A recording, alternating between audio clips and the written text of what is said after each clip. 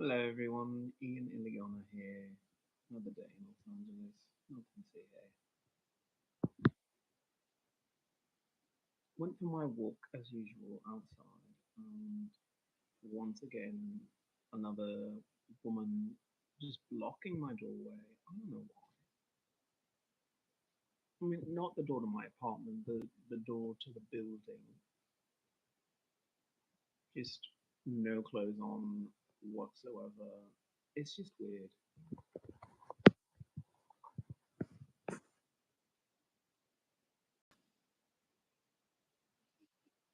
Oh, my friend. Howdy, Whoa, howdy, nice Clint. lipstick. How you been? Doing just fine. Give me just a second to get my headphones on here. I probably should do that. It'd probably be a better way to hear me. This way I should be able to hear you. Go.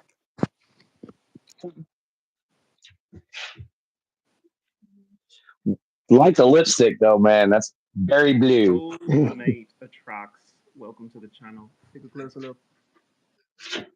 Got some design. Oh, there's got some purple in there. Yeah, yeah. It is the Maybelline Superstay Matte Ink liquid lipstick that I used. I like it. It really, really makes my lips pop. And let's talk about this because you are an aficionado of cultural events and history of our people, both sides, Native American and Viking. Face paint, war paint, makeup, that's who we are. You know, if you did your face with some face paint, a splash of red here, blue, you would be true to your Viking Celtic heritage. That's who you are inside. I decided to do my makeup today with my Maybelline Superstay matte ink liquid lipstick because I said I am an indigenous person. I'm gonna start showing that off. I am proud to be. Okay, go back. Oh, I was saying that I used my Maybelline Superstay matte ink liquid lipstick today because I want to celebrate the fact that I'm an indigenous. I want to celebrate the fact my culture allows me to be me, the whole me, because war paint, face paint, makeup, that was part of the culture. If you're going to go into battle, you don't go with a flat face. You go with your face done properly because you expect to strike fear into your. It was all psychological. And somehow we devalue the ability for men to wear makeup. We devalue the ability for men to act like men. The biggest part of being a man is being able to stand up for yourself. So I put my war Yeah. paint because I have to fight for the right to be a man in America. Because a true man in America wears war paint. There you go, man. I like the concept that you're using as war paint, because your people did do a lot of war paint, even in Brazil, with your father being Brazilian by descent, Azteca. Come on now. Those guys were painted from head to freaking toe. Look at, and there's some cultures now, like the Pirane tribe in Brazil, that don't even use war paint. They're just constantly wearing a bar of red across their face. They've got piercings, and depending upon the design of black they use inside the red across their eyes, depends upon their cultural status, depends upon their social status in their tribe. And the bigger the piercing, usually, the bigger the social standing. And so piercings, war paint, makeup, all these things are actually part of a tribal life, and I have been designing my own tribal face paint that I'm going to be trying to do every time I go out to do my training. I am actually working on a raven on this side with a red bar going right through it, and then maybe Thor or Tears symbol on the center of my forehead. And that struck fear into people's hearts, seeing a bunch of guys sitting there dressed in red, black, face paint. sitting there just awesome. Just sitting there banging their shields and just slamming into their chest, bare chest, and screaming at you. It freaked people out. And yes, that was Old Norse, and that was one of my people's battle chants. You'll be so much stronger when you start putting on that face paint. The idea of having a raven there, to have Odin guide you, that sort of thing, that will make you stronger. And Oh yeah, as from my photo shoot earlier, I decided to use it as my background. I don't know. I love it. You did great, man. So that's what I I actually, look like in the photo shoot.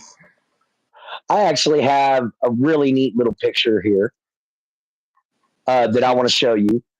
First off, there's this young lady right here. This is Holistic Untitled.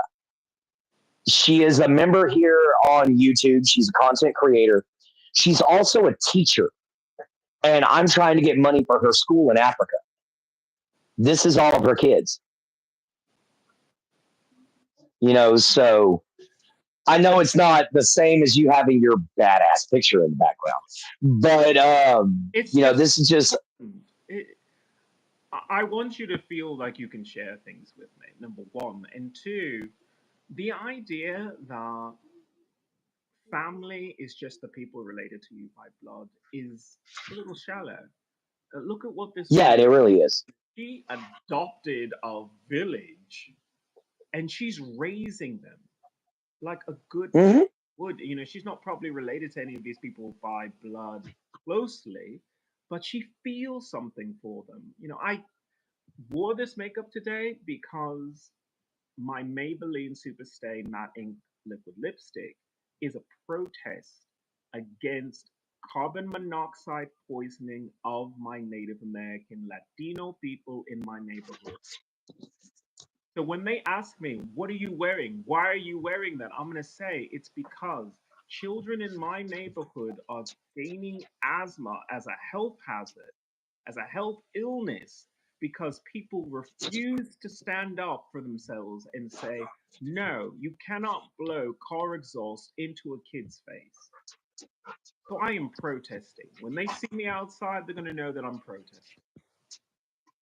Which is interesting that you chose blue, because when you actually go through carbon monoxide poisoning, your lips turn blue. Blue, cyanosis.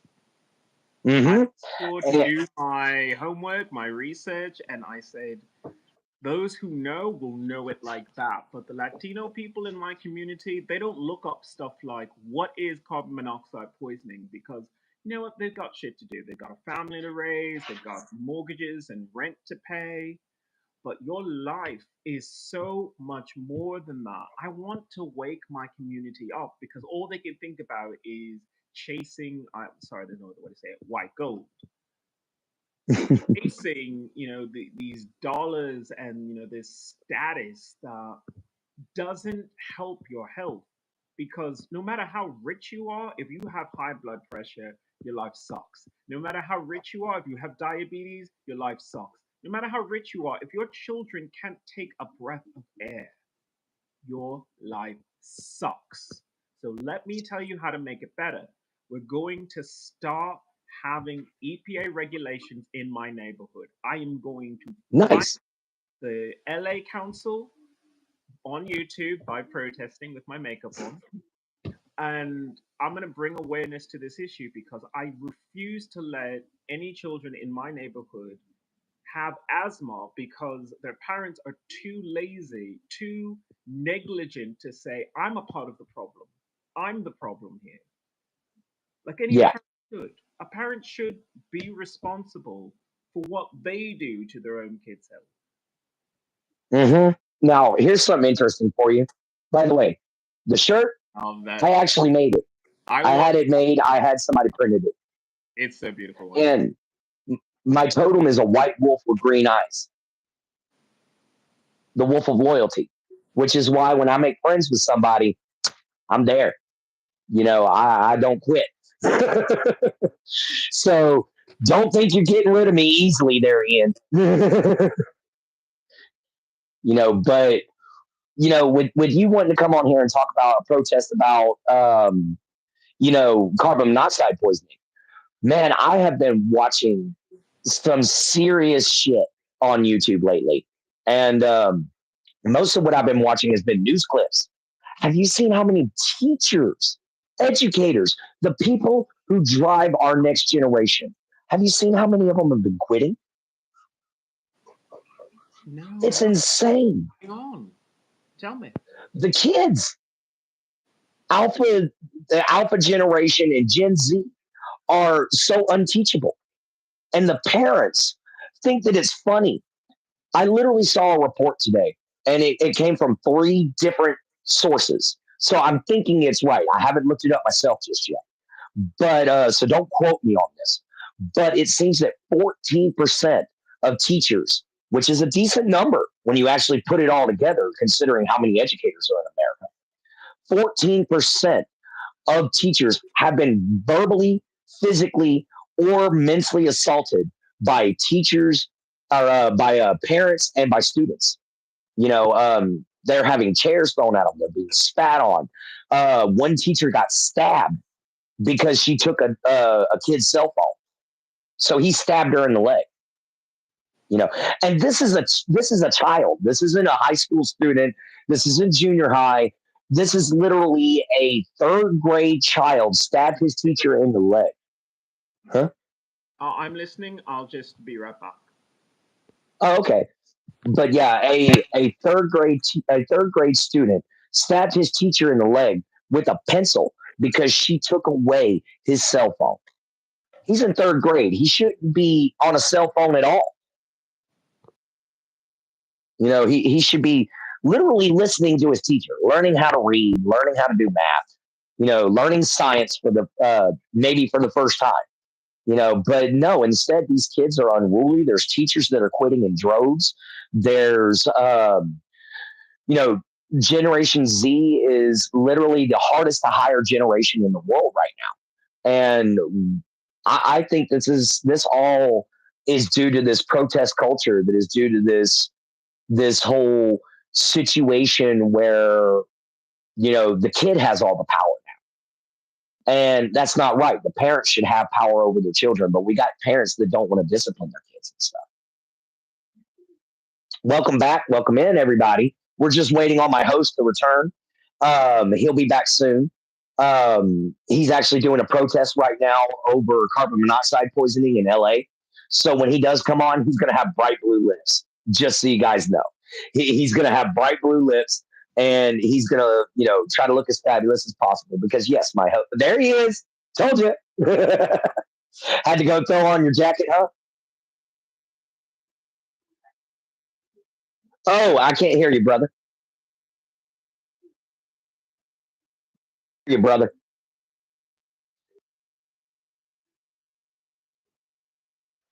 Can you hear me? Hold on a minute. I got a phone call.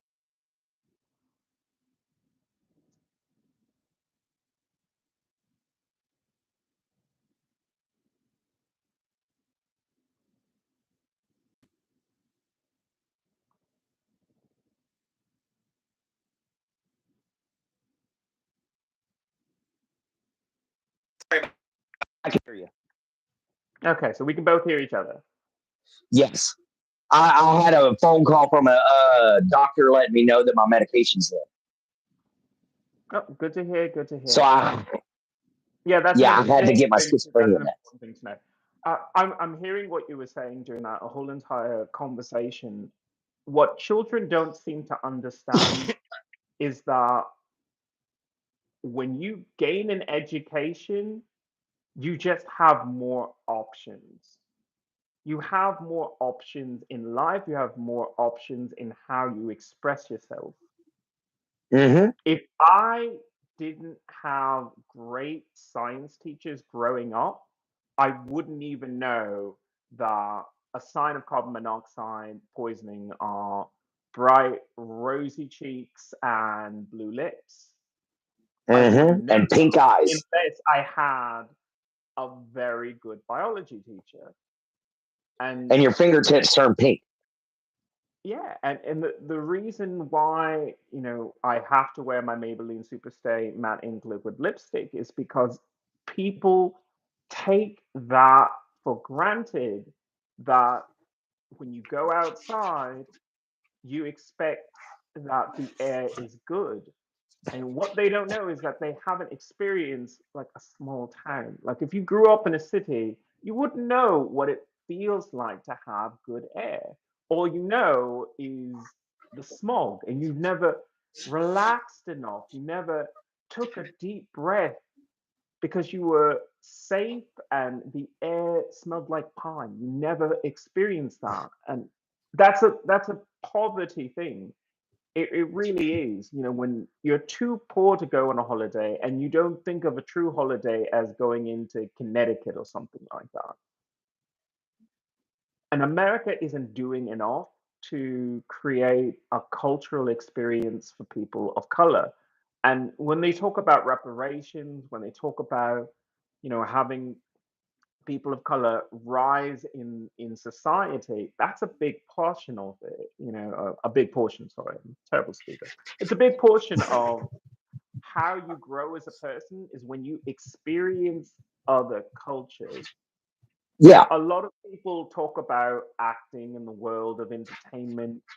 It seems to be, unfortunately, the only way you get to see how the other half live, and you get to make more educated decisions because of that. So a young kid who has a cell phone and it gets taken away, you get upset. But what you should realize is I'm missing out on something that I could use later on in life. I mean, you talk about something like the French Revolution, and you might see a kid's eyes glaze over, but you might hear that reference in a rap song. You might hear that reference on a job, when they're talking to you about being promoted and what it means to be the leader and be hated by your people, but you still have to lead them. Well, There's a reason for an education, and these yeah, kids don't see the value in it. And that's not the problem of the teachers, that's the problem of everyone. I truly believe it starts in the home. I Mm. really do. I think it starts in the home. And you've got these parents that have never disciplined their kids, refuse to discipline their kids. Because, yes, sure, taking away a cell phone where you can learn something incredible from it that you won't learn in school, which is true. You're not going to learn half the stuff that you need to learn, in schools right now because of the curriculum. You know, the curriculum is making it hard for teachers to teach anything. And that's a board of education problem. And when it comes down to the children, though, these kids' behaviors, they're learned, they're taught at home. And if you're sitting there and you're not disciplining your kid, and your kid realizes that they can get away with murder, then when they get to school, they're going to think they can do the same thing. That's why this third grader stabbed his teacher in the leg, over a cell phone. And he was playing Roblox when she took it from him. He wasn't even looking anything up educational, or she wouldn't have taken it. But he was sitting there playing Roblox. So she took it from him because it was time to read. And he stabbed her for it. That is I want to know pathetic. what he does to his parents. What are we supposed to do in a situation like that except admit that school is boring to kids now, to kids, because they know the truth about the world. When you were in the maybe 50s, the 40s, the 30s, there was no outside world. There was nothing. There wasn't the internet, there wasn't really television. It was the world is what we tell you it is. But kids, they see, you see when you play something like Roblox that you can create anything, that you Mm-hmm. have the power to create anything, that you are special. And you want to talk to a kid about, sit down and read about things that they can't imagine, when they can say, but I have power right now. what they should be doing is taking Roblox and say that should be your school. Yeah, add an educational section to Roblox and that they Yes, could use at school. Add that in. Add educational games that teach you math, reading, science, arithmetic. Man, don't you remember having Math Blaster in school? Even I if you do. even if you didn't like math, you loved Math Blaster. You know, sitting there trying to get the answer in time to be able to shoot the trash or whatever it was that was floating around in space. Or Mavis Beacon. in my case, I had one where you had to save a bunch of monkeys. You know, you were a monkey trying to save other monkeys, and that was you had to get them across areas and stuff like that. And you had to get the right math answers, and it was a lot of fun. You know, and then you had the Mario typing class where you could literally sit there and play Mario as you were typing. As long as you typed the sentence on time and you did it right, he was going to jump and he was going to do everything he needed to do to get through the level. You know, guys, that was a lot of fun. Where is that form of education now? No, instead, we're worried about teaching them how to be protesters. We're worried about teaching them how to, you know, how to transition, which if they're a kid who wishes to transition, I have no problem with that. You know, but they do need to be showed maybe this isn't the best decision just yet. You know, wait till you're in your teen, wait till you're 18 and out of school, and then maybe you can make that decision. But it's okay. You know, they just need to teach more curriculum, though. They need to quit worrying about the social justice warrior stuff and actually start teaching school. Because right now, America is like ninth in the world as far as intelligence. And that literally dropped. That literally dropped from 5 years ago. We were the third smartest nation in the world 5 years ago. Now we're number 9.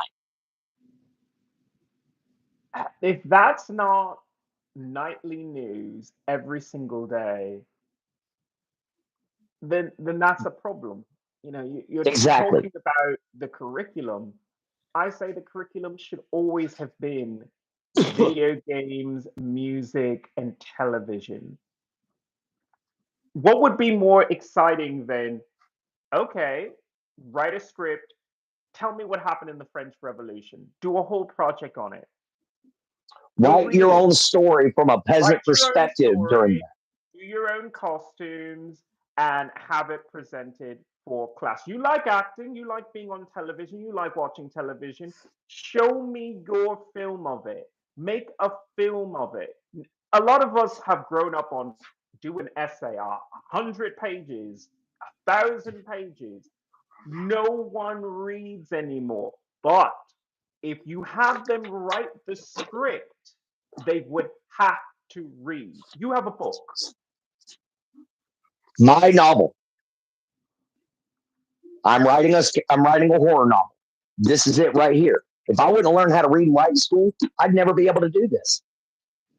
Kids And don't not see only the that, value of reading and writing because they don't see what you can do with it. It's something that's boring, but you can do a lot more. So you have to make them want to do more. Make not them only want to that, write scripts. an art class. Art class is very important. Absolutely beautiful. Yeah, that's one of my illustrations for my novel. This is actually one of the things I see. I call them lake guardians. But that's one of the things I see as a schizophrenic. You know, but if I wouldn't have learned math, arithmetic, all that stuff, I'd have never been able to write this novel, is my point. You know, I'd have never been able to do something. And I read this novel sometimes when I can't think of anything to do for final thoughts. And I've had a lot of good reaction from it, you know, but the main story I'm getting to right now is we're losing creativity from kids. We are actually losing creativity. They're showing that they can't problem solve. They're showing that they can't, you know, you put I remember you dropped some popsicle sticks and some pipe cleaners in front of me as a kid. You got a dinosaur, you know, but you do that in front of, you know, you do that in front of kids now. And you drop those things in front of them now. And what are they going to do? They're going to look at you like you're stupid. They don't know what to do with it, which is unfortunate. We've got, like you said, movies, write their own stories revolving around whatever subject you are. Write your perspective as a soldier in the Civil War, once you've learned about it. Make something fun out of it. Do something incredible as a teacher. But these education systems are not allowing that to happen. Who's supposed to fix that? I wish I had my own kids, because then I could go to PTA meetings and say, hey, I need you to fix this for my kids. But I don't have any kids, so I'm not going to go to a PTA meeting. But it's still a problem in America. And if you don't have kids, you just have perspective. And that perspective is, we need to change the educational system. The way that we go about it has no longer served its function. We need kids to be able to think critically and think independently. That independent vibe of, yes, if someone takes something from you, stab them, is a terrible thing.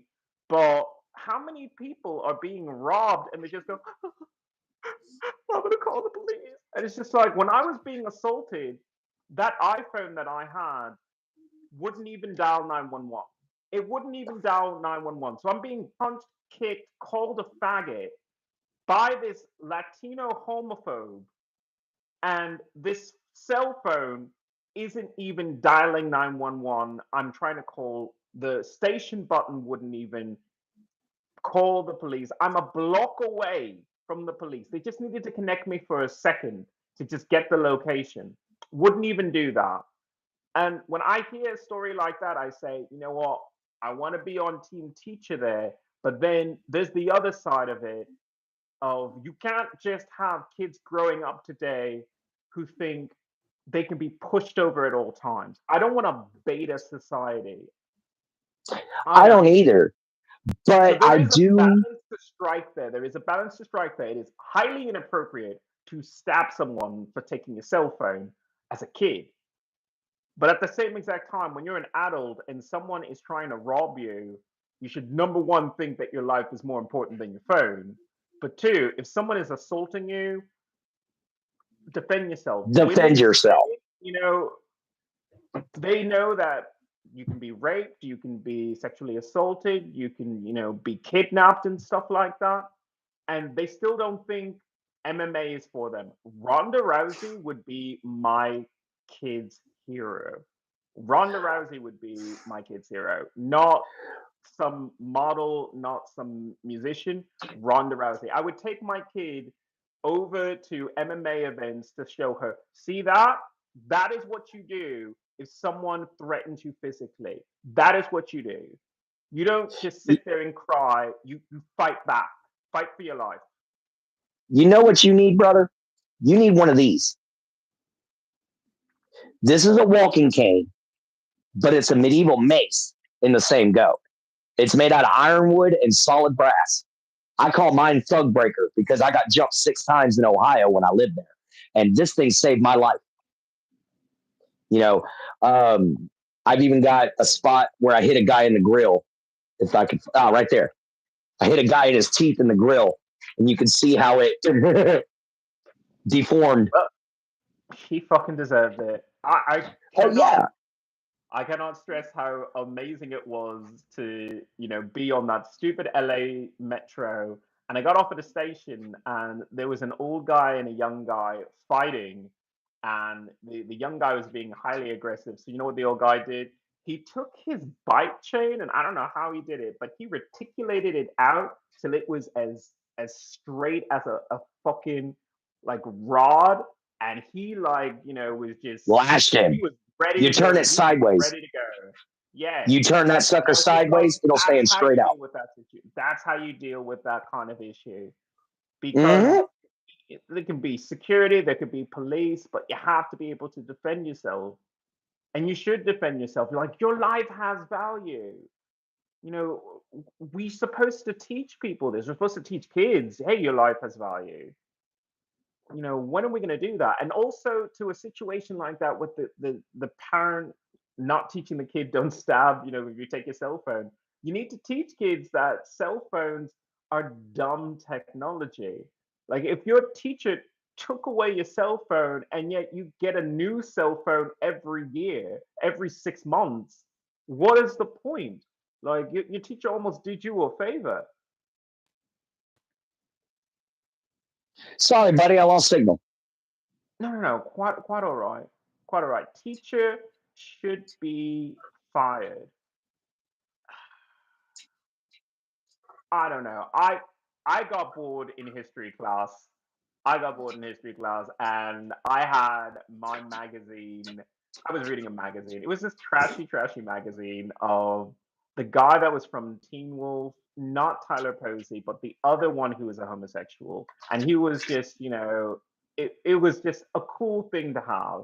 And the teacher took it, and I was upset. But like I said, you have to pay attention in class. You have to. So I understood that I had to pay attention. I was aware enough. But on the other side of it, I already knew this already. Like I've taken history classes 3 or 4 times in high school, and they all say the same exact thing. World history is going to be world history. It's going to be world history. Your teacher's not going to teach you anything new. And a lot of these teachers don't seem to realize that you're just boring. What you do is meaningless in this society when most of us don't really live that way. Yeah. There is something to be gained from it. There is knowledge to be gained from it, but it just can't come from you.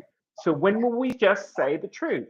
You don't learn in school. You really want to learn, you watch television. You really want to learn, you watch a film. You want to learn about Actually, you really want to learn?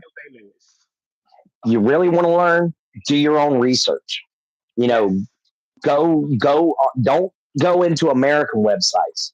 Go to like UK. Go to the country you want to learn about and learn from them, because you're not going to get the right perspective here in America. And that's the only problem I see. Because here's a prime example, and this will work for you being a Native American. The very first Thanksgiving, it was not a big party sitting there saying, "Hey guys, let's all get along. Thank you so much for helping us through the winter." No, it was, "We've helped you through the winter. Now you help us eliminate our enemy." It was a war party. It was literally them talking about removing a whole nother tribe because they were a problem for this particular tribe that helped out the Pilgrims. And that started the American Indian War, and it's very unfortunate, that all these things happen. And by the way, as far as like y'all calling me, fat and stuff like that, yes, I am about 20 pounds overweight. And that's it. I'm 200 pounds even. I should be 195. So kiss my ass. I ain't as big as you think I am. It's the best. You should be honest. Say, kiss my juicy fat ass. Because people wish that they could live the life you did. People are jealous of the life you live. You live a life where you can go to the forge, use an axe, swing around, have fun, drink some mead. You talk on YouTube. You live a real life. You live a better life than these people who don't do any of this. Who wish they Speaking could of do it. Speaking of the forge, the sax is almost completed. I just got to fold this down and stretch this tang out to make it even and bring it up here to the middle. And it's time to straighten out that blade, make it nice and good and thin because it's really thick right now. And time to have some fun and test it. Which we got our pieces. We got our pieces for our handguard right here. That's going to be what's going to stop my hand from sliding down the blade. Yeah, they're just simple washers. They work. And as far as him talking about the axe, yes, I fight with an axe every day. I train with one, and I do it in full-fledged armor. I've got the body armor right here beside me. I even cleaned up my axe recently. As you can see, it's nice and pretty and shiny. It's a little shiny. Yeah, it's a little tiny, but you can actually finally see the work in it. It's so beautiful. Yeah, Not it's to a mention, you're very athletic. Like most people your age, most people any age, don't even do any exercise. And here you are doing exercise the right way. You can go to a gym, but there is not the same exact exertion, the same amount of life as swinging an axe. Mm-hmm. Don't Now feel I'm alive. gonna answer. I'm gonna answer Toto's question real quick. Yes, a rat tail tang is weak, man, but it's historically accurate for the knife I'm making. They were a through and through hidden tang, and this is the kind of knife that I am making. I'm making it historically accurate as best I can. I am using propane. I'm not using charcoal. I am using modern hammers. I'm not using old school hammers. You know, my tools are modern, but the way I'm trying to forge this out is the old school way. And yeah, I have some issues. I haven't forged in over 10 years. So this is all rust being knocked off myself. But I know how to fix that. It won't be a rat tail whenever I'm done with it. It'll actually have more of a tang to it. But for right now, yes, it's a rat tail. So yeah, sorry about that. Joe Mama. Joe Mama. And guys, I like just for y'all's perspective, I am a straight white man. I am not gay. I just happen to have gay friends.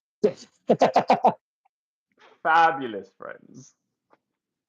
I like to consider myself a fabulous American. There you go. You got fabulous friends.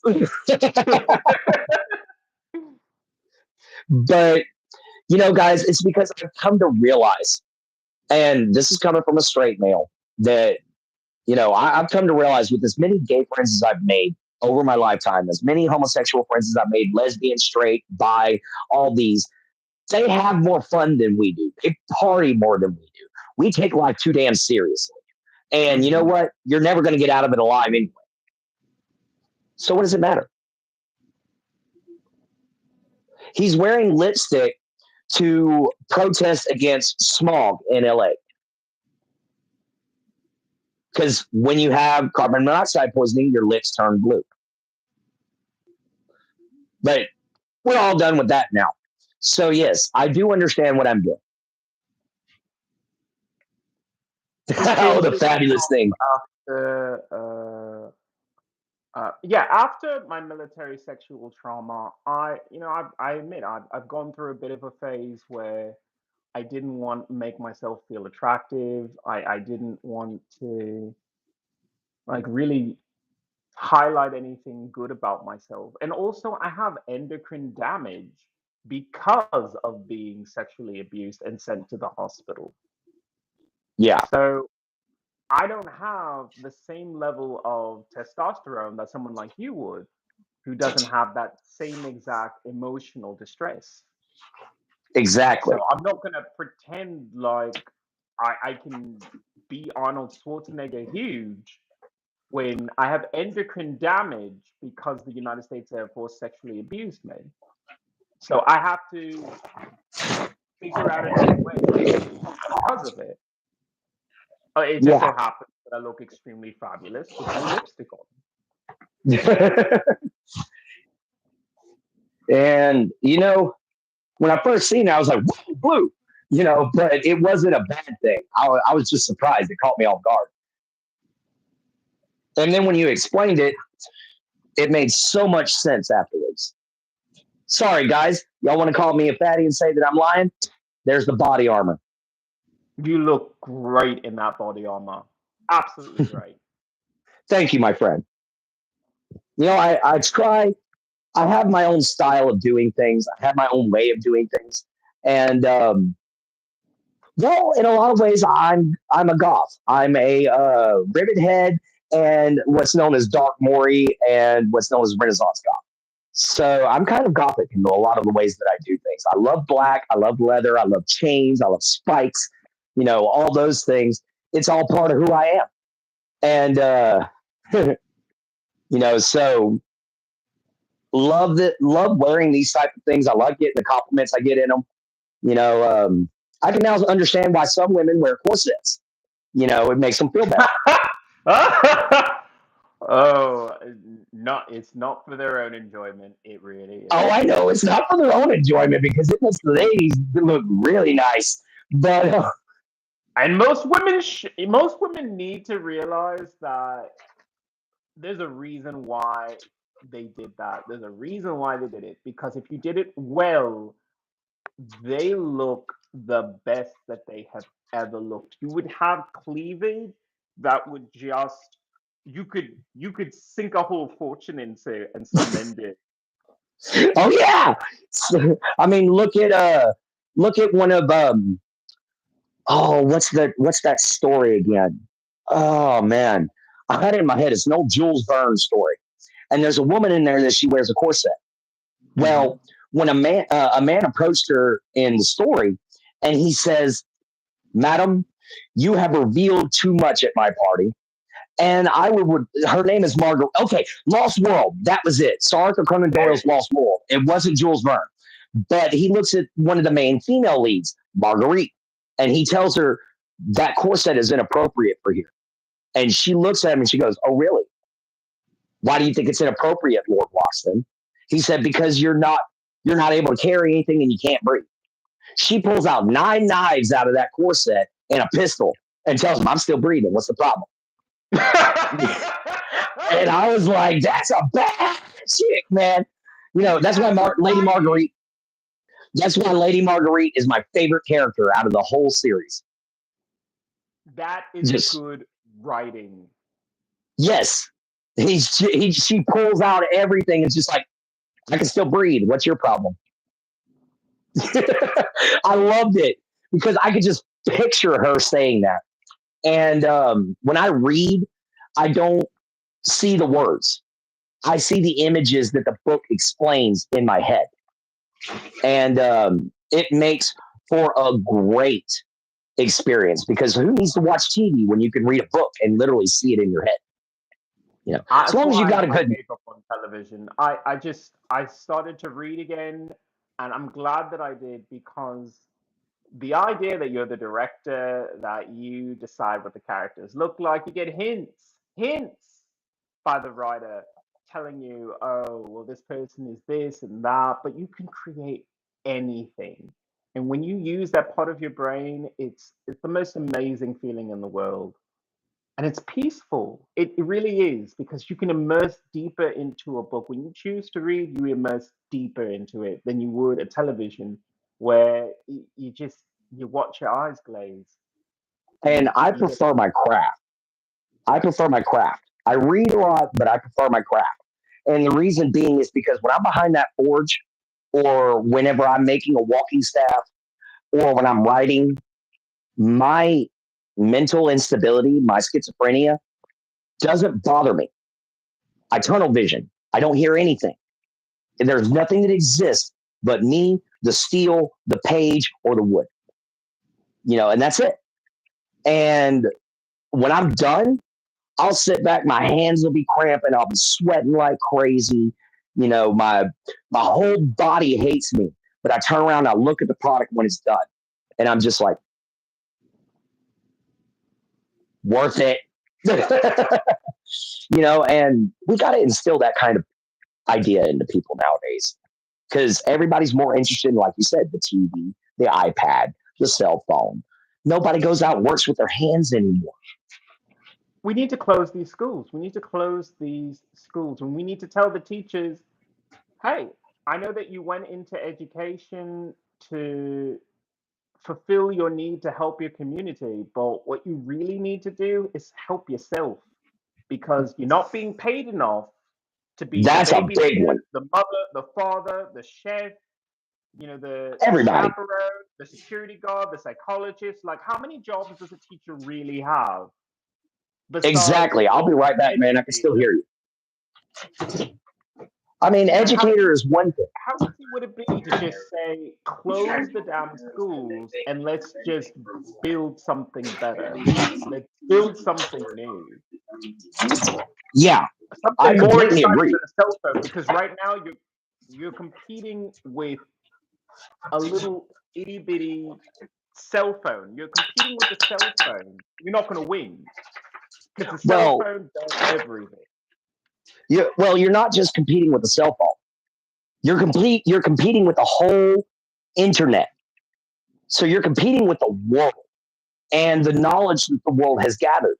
And these kids,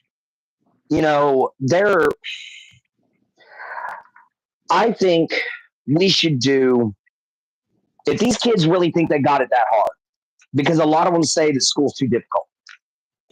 If I think we should do about a decade where kids don't go to school. Instead, they're taught a trade. They're taught everything about that trade from start to finish. And I mean, 5 years old, you better pick a trade and start learning. Because by the time you're 12, you're going to be running your own trade. And by doing that, they're going to see exactly how easy they got it. Going to school for 12 years and then joining the workforce, man, that's easy. I worked on a cattle farm from the time I was 4 till I was 13. You know how rough that was, having to balance school and do a full-fledged occupation? Plus, I did volunteer work for the Texas Parks and Wildlife from the age of 6. So, yeah, that was a lot of work, guys. That was a lot of hard work. And these Gen Alphas and these Gen Zs, they think that school's the hardest thing they're going to face. Guys, the hardest thing you're going to face is adulthood, period. Having to pay bills, having to balance a checkbook, having to make sure you got groceries. And then if you start a family, oh boy, things get way harder. And every time you have a kid, whatever struggles you're going through is going to double every time you have that child. And we've got this cultural sensation, I guess you could say now, where it's chic to run away from a marriage, or it's chic to have a bunch of kids from a bunch of different people and just sit back and collect child support. You got guys that are not like me, that have nothing wrong with them, that go out and they get disability because they claim something like social anxiety, which, yes, there is such a thing as social anxiety, and there is such a thing as crippling social anxiety. But you know what that's also called? Agoraphobia. That's a literal psychological condition. And when you take and you try to turn around and you're just like, oh, I don't want to work, so I'm going to get on disability. You make people like me who has schizophrenia and epilepsy, and yes, schizophrenics most of the time are normal people as long as they take their meds. It's when we run out of medication, or when when our schizophrenia decides your medication ain't strong enough, that we have our issues. But 90% of the time, we're normal people, and this is what's driving me insane. You've got these people that have nothing wrong with them other than lazy as hell, and they want to get on disability. So they make people like me who need it look like crap. Now, I only need it because the state says I can't work. But for all of you viewers out there right now, I'm building my own business instead of staying on disability. Why? I want off of it. It's a pain in the ass. It's much easier to buy my own insurance and run my own business. So if you got anything to say about me being on disability, sorry about that. But the truth of the matter is that right now our country's in such a situation to where it will not let me work because of my schizophrenia and my epilepsy. So I have to figure out something else. So in order to do that, I have to train skills I haven't used in a long time. I have to bring them all back to the surface and use that to make money. Why? Because our country's quickly heading towards that. And it's because we can't keep educators. We can't educate kids that don't want to be educated. And we got leaders that are making it to where these situations that are actually diabolical and detrimental to our very economy, constitution, and the way that our country is structured. They're literally letting these things just slide by. We got seventh graders that can't read at a fourth grade level. I don't know about you, but in fourth grade, I was reading Stephen King.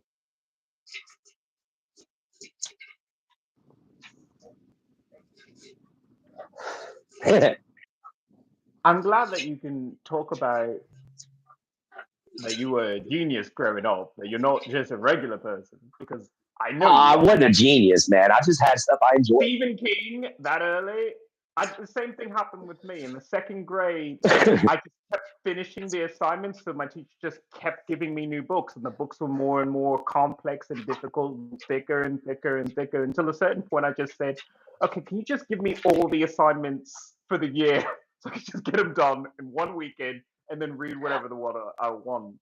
But when you were talking about the whole disability thing and anxiety, I have PTSD, I have anxiety, I have depression, I have rage issues. Yes, I have driving restrictions. But because I was sexually abused in the military, and also America continues to sexually abuse me. I keep talking about the incident that I had in Long Beach, where I'm trying to ride the bus to go to a VA event, and some woman just fondles my genitals on the bus in public. And I'm straight, and even I'd be like, "What you doing, bitch?" I screamed. I absolutely screamed, and I wouldn't stop screaming. So the bus had to stop.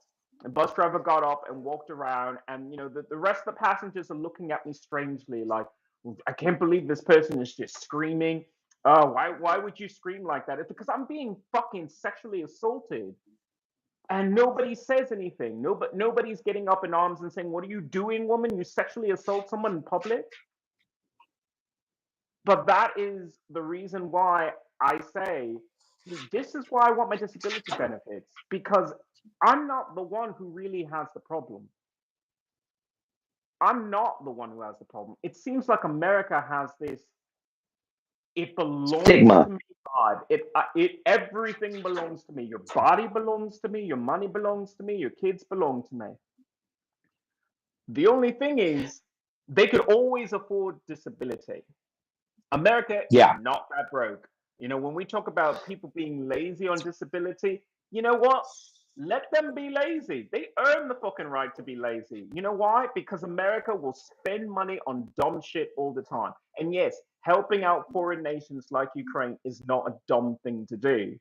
But when you afford planes, personnel, man hours to go to another country to fight somebody else's war, but you can't afford to build better roads like I'm trying to do with change.org/clearlasmog to just change the construction materials, and you can't afford that, then or just better the world in general. I don't feel bad about asking for disability money when America will spend money on everyone but Americans. And you see, I've been seeing this horrible thing happening lately, where there's people that are my age and below whose IQ is no bigger than their shoe size. When you come on here and you try to cancel the 4th of July because you claim that Canada found 200 bodies of Indigenous children buried underneath the school, even though it's been debunked and it's national news that it's been debunked, but you still want to claim this crap, because you want to cancel the 4th of July. Why do you want to cancel the independence of our nation? Why cancel celebrating the birth of the country we live in? If you're going to cancel that, get the hell out of my country. Because no offense, the way that the country's being acted right now, I'm trying to get the hell out, just like you are. The only difference is I'm going to Sweden, where my ancestors came from, and I'm going to try to do my best. You'd be happier. You'd be appreciated. I don't know why, but like with my psychic abilities, I look at the future. I see a future of just wild pagan rituals, just putting clay and mud on your face and rolling around and drinking wine, drinking mead, and just honeyed milk and just enjoying yourself. laughing. When's the last time you had a good belly laugh with 20 or 30 people? It's been a while. Actually, yesterday. I had a really good belly laugh because we had a friend come on, and they were a new person into the group, and it was Morning Mojo.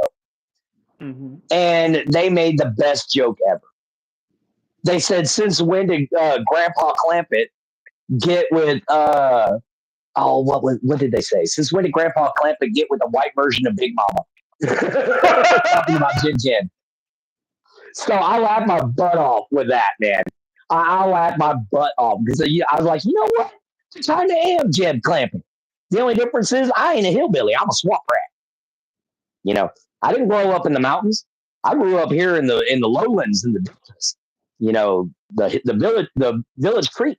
You know, which is why I'm trying to say. Which, oh my God, I forgot to tell you, bro. Something fucking horrible happened. What happened? Somebody hacked my Cash App. So the $15 I had saved up for my charities, freaking gone. They took all of it. I'm sorry to hear that. I only had $15 saved up, and I've been fighting for 4 months to try to get somebody to donate anything. And boom. They refunded me $4 is all they refunded me back. We need to support your channel. Attention everyone in the chat. This is Clint Gage. His link to his channel is in my description. So if you scroll into the description, if you like how cool this man right next to me is, please go into the description, give him a like, give him a follow, give him a subscription. Well, I wouldn't say I'm that cool right now. It's 79 degrees in here, and I'm wearing black leather. You're wearing black leather. I am wearing my lovely outfit here. Let me see if I can at least do a twirl or something. So there you go, bro. What I'm wearing. Yeah, it's just nice, sleek. It's easy to move around in. You know, I like being myself. I like that ability to just enjoy your body and not have to say, well, what if this offends this person? It's like, you know, if you start doing more pagan, more Neolithic kind of activities, it just frees your mind. And yeah, that whole belly laugh thing, the reason I asked that is because wouldn't you like to have that feeling all the time? All the time. Instead of hearing, well, did you know President Trump said this? And did you know President Trump did that? Or did you know that, you know, there are people rioting right now? It's like, yeah, they're rioting because they don't get to laugh like you just did right there. And they wish they had the ability to articulate it in a way that says, you know what? I like hanging out with my friends. I like being around good, decent people, having a good meal, and not giving a shit about like the rest of the world. But nobody says that. Nobody says that either way. Are either one of you a veteran? I am a veteran. Clint doesn't really consider himself a veteran, but yes, we both served in the military. I guess it's the only way that we could say that correctly then. Can we say that? I went to basic training and I got blown up by a grenade while I was in basic and I had to come home. So I tried to serve. Yeah, you did the oath of enlistment in order to even get on that bus to get there. You chose America when nobody else chooses America. I chose America when I didn't have to choose America. When I could have been just like you, out there in the chat, having pizza, going to the movies, I said no. I will serve the country. I will fulfill my, not MOS, but AFSC, Air Force Specialty Code of Integrated Avionics, Navigation, Communication. And you see, just for you guys, my MOS, because I was Army, not Air Force, my military operations systems was a 13 Bravo, which is also known as a cannon crewman, which means I would have shot lightweight howitzer cannons for heavy artillery. That was going to be my job. And somebody took it from me, which disappoints the crap out of me because I had a lot of fun being in the military at first. You know, basic training was fun to me. It was hard, but oh my God, did I come out there looking better than ever. I think I was 190 pounds even, and I was straight muscle. And then when I kept it up for the longest time. And then when my schizophrenia kicked in, it all just went, and I got the dad bod. But 4 years of not, 4 years of not being able to concentrate, not being able to think straight, not being able to even, see reality for reality. It does a number on the body. Guys, I'm 38 years old. I've got gray hair everywhere. That's why I'm about to be shaving my head today. And yeah, I'm gonna go bald. You'll see me bald tomorrow. But I'm planning on shaving my head because, guys, I have a receding hairline. It looks like crap. So I'm gonna shave my head, and then eventually I'm gonna tattoo it. Clint, you need to be able to look at yourself in the mirror and say how beautiful I'm. Because you are a beautiful, beautiful person. I know you don't want a compliment from another man in this kind of situation. I don't care, actually. A compliment's a compliment. I am complimenting you by saying you are beautiful on the inside and on the outside, and you need to be able to look at yourself in the mirror and say, I am so proud of how good I am. How good I am that the light inside of me, everybody sees. Yeah, and you see, when it comes down to me, I'm looking at myself every day in the mirror as this is going away, and realizing that I have abs again. Yes, you do. I have abs again. Oh, yeah, you do. And I was like, they're outlined. They're starting to come out. But a lot of that is due to me being active, me training with a battle axe every day, me being a blacksmith. These are all things that burn a buttload of calories. Stand in front of a 2,000-degree forge for just 2 hours and see how wore out you feel. and then go weigh yourself and see how much water weight you lost. I lose about 2-3 pounds every time I go forging. And that's just being active, having something to do outside, doing something productive. Even if it's something simple and you're experimenting, do something productive. Guys, I'm not the greatest smithy in the world, but I am a blacksmith. I do my best. Sometimes I goof up, but literally I've seen professionals make knives that just flop. They break, and it's part of the forging process. It's trial by error. Every time you take and forge anything, it's a trial by error, until you become a master at it. I'm not a master, but I'm not a novice. I know how to fix what I got going on right now, and that's all that matters. I know how to fix it, and these problem solving skills are something that I don't see anymore in almost anybody. I don't really see problem solving anymore. I don't see people looking at a pile of wood and going, that could be a house. I don't see people looking at a straight bar of metal and going, that could be my nails. I don't see anybody looking at a bunch of scrap stone and saying, there's my floor, which is what we used to do. Stone floors, that's where ceramic tile came from. My people, they used to cover the entire floor in stones. And it was because our hearth was in the center of the house, so that it was easy to sit down and cook, and everybody could be warm and sit around a fire while they're eating. And so your whole floor was covered in stone, so the fire can't spread. The only thing that the fire might get to is if you don't pay attention and you let that sucker get too hot, and then you might catch your fats on fire. But that's why you keep a cooking fire. It stays nice and hot, and it don't get too hot. But I don't see people doing that anymore. I don't see people walking out into the forest going, I bought this plot of land. There's plenty of trees around me. I'm going to build myself a homestead. You don't see it happen very often. And when you do, they make a reality TV show out of it, and it kills the whole vibe. Like mountain men, those guys live awesome. but they turned it into a reality TV show, which means more than half of it was scripted. Mm. And that's not true life out in the wild.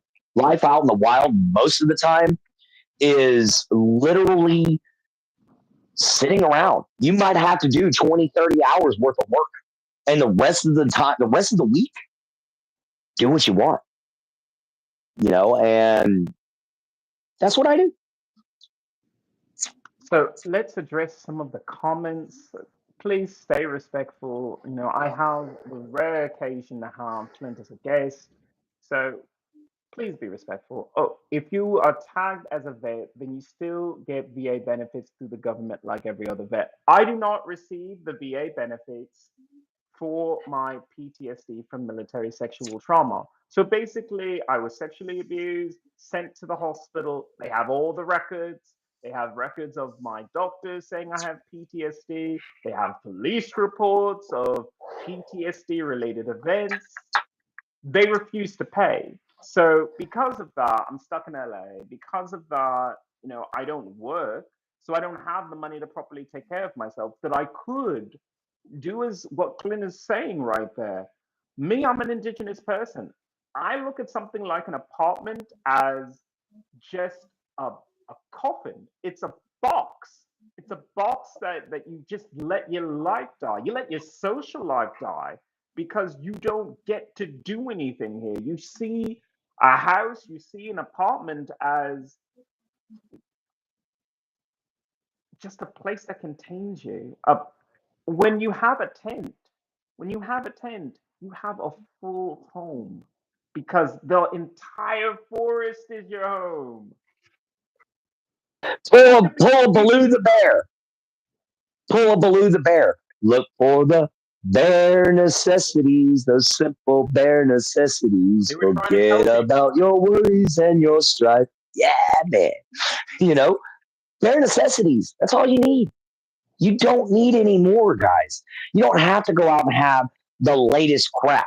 You don't have to go out and trust me, it's crap. It's all meant to fall apart on you in 2 years. It's crap. You don't have to go out and get the latest computer. You don't need the latest game system. You don't need all these video games. Guys, really all you need is yourself, your imagination, and some nature. I mean, that's all you need. Whatever happened to little kids running around finding the perfect stick and going out and sword fighting with it? Whatever happened to playing cowboys and Indians and running around the yard shooting at each other with pop guns, or Nerf guns now? We don't do that anymore. No, because they have MetaQuest. They have MetaQuest so they can do it through virtual reality. So instead of pretending like you have a sword, you have the actual Star Wars lightsaber with the sound effect, with the lights and everything. We took imagination away from kids with television, and I'm glad that the movies are out there because I do love the Star Wars franchise. I bought a lightsaber because I enjoy the Star Wars franchise. But this was a gift. Sometimes I have more fun holding up a dog's chew toy and pretending it's a lightsaber. Why? Because I do the full motions without the poorly weighted lightsaber that they hand to you as a toy. Because when you use it as a toy, it's not weighted properly. So you're not really swinging it as you would a proper sword. But if you had like a small dog chew toy instead and you pretended like it was an actual sword, then you were actually learning how to sword fight. Yeah.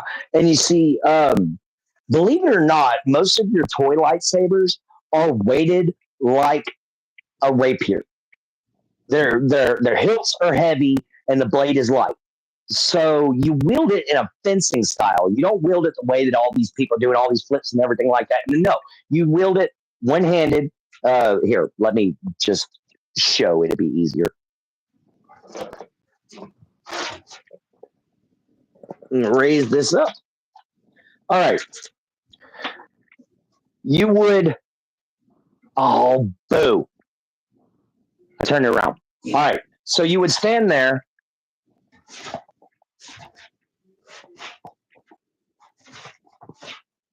You wouldn't stand there going. that doesn't look that good on television. So No, I know. they It don't work right. broadsword. So they fight with like a broadsword style or a samurai style instead of that. But when you hand kids Like this. yeah, that's the way that they fight with it in a Star Wars film. They fight with it like that.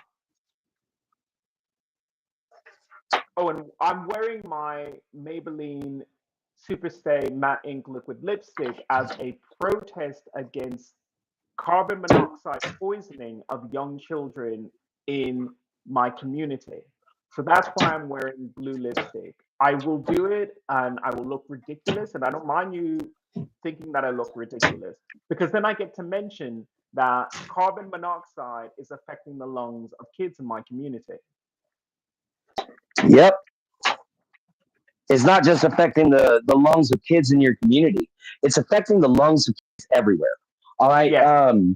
Smog is being felt over here in my state, in my area. We're starting to have incidences. What is wrong with my? Oh, that's what's wrong with my shit.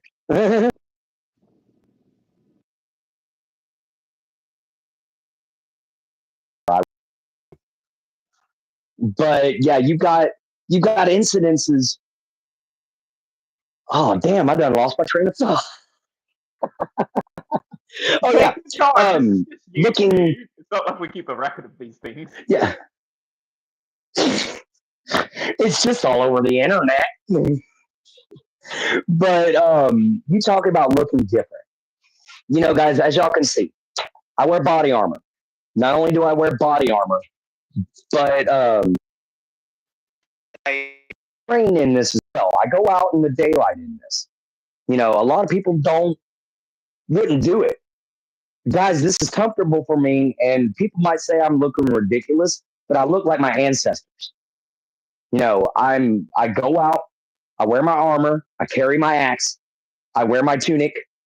The only thing that's not 100% Viking on me is my hat and my boots.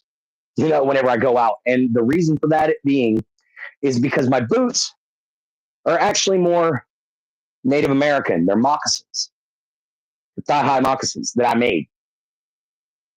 So that's what I wear. And I get more compliments than I do people thinking I look ridiculous. And it's simply because I'm showing who I am. And, you know, that is one of the great things about this country. I can express who I am. I think you have something on your lips. Really? Is it my Maybelline Superstay Matte Ink Liquid Lipstick? Yeah, it is. Well, I thought you were talking to me. If I was about to say I got a hamster laying right here. But no, it's just, it amazes me that we go around this world right now. We go around this country and we don't take anything into consideration about what it's really like in our country anymore. We don't think about what other people go through. We don't think about what other people strive for. We don't care. And that's a problem. That's not a solution. That's a problem, guys. That's a big problem. You need to be worried about what your neighbors are going through. That's what this country was founded on. We were founded on taking care of each other. And if you can't do that, then, man, wake up. You know, if our government's not going to take care of us, we need to take care of each other. And honestly, I still think we need another march on to Washington, D.C. We need another march up there. We need to stare everybody in the face. And we need to go, if you're above the age of 65, get out of my Senate. Because there's some of these guys in here that are 80 years old. Literally 80 years old. And they can't even sit through a bill. But they're going to vote on it. They're going to put their 2 cents on it. And I can't stand that, man. You know, we need some younger people in there. We need some people that are visionaries. We need some engineers. We need some people that are artists. We need some people that are community leaders. And we need all these people to take the place of these guys who have been professional politicians who are just like, yeah, well, it's time to go vote on a bill right now. And yeah, I'll take that bribe later. But we don't make sure it passes. Don't you worry. You know, and then they just go head on into the Senate and do their thing. And they're not even sitting there going, all right, how is this going to affect the people? No, they're going, how's this going to affect my paycheck? And that drives me nuts. The only people who should be worried about their paychecks should be the working class American. That should be the only one worried about their paychecks and how it's affected. A politician shouldn't have to worry about it. Make enough fucking money. Don't worry about it. And as far as like our military vets, me and him have agreed on many occasions. Military vets need everything covered for them. They need everything given to them because they tried to sacrifice everything for this country.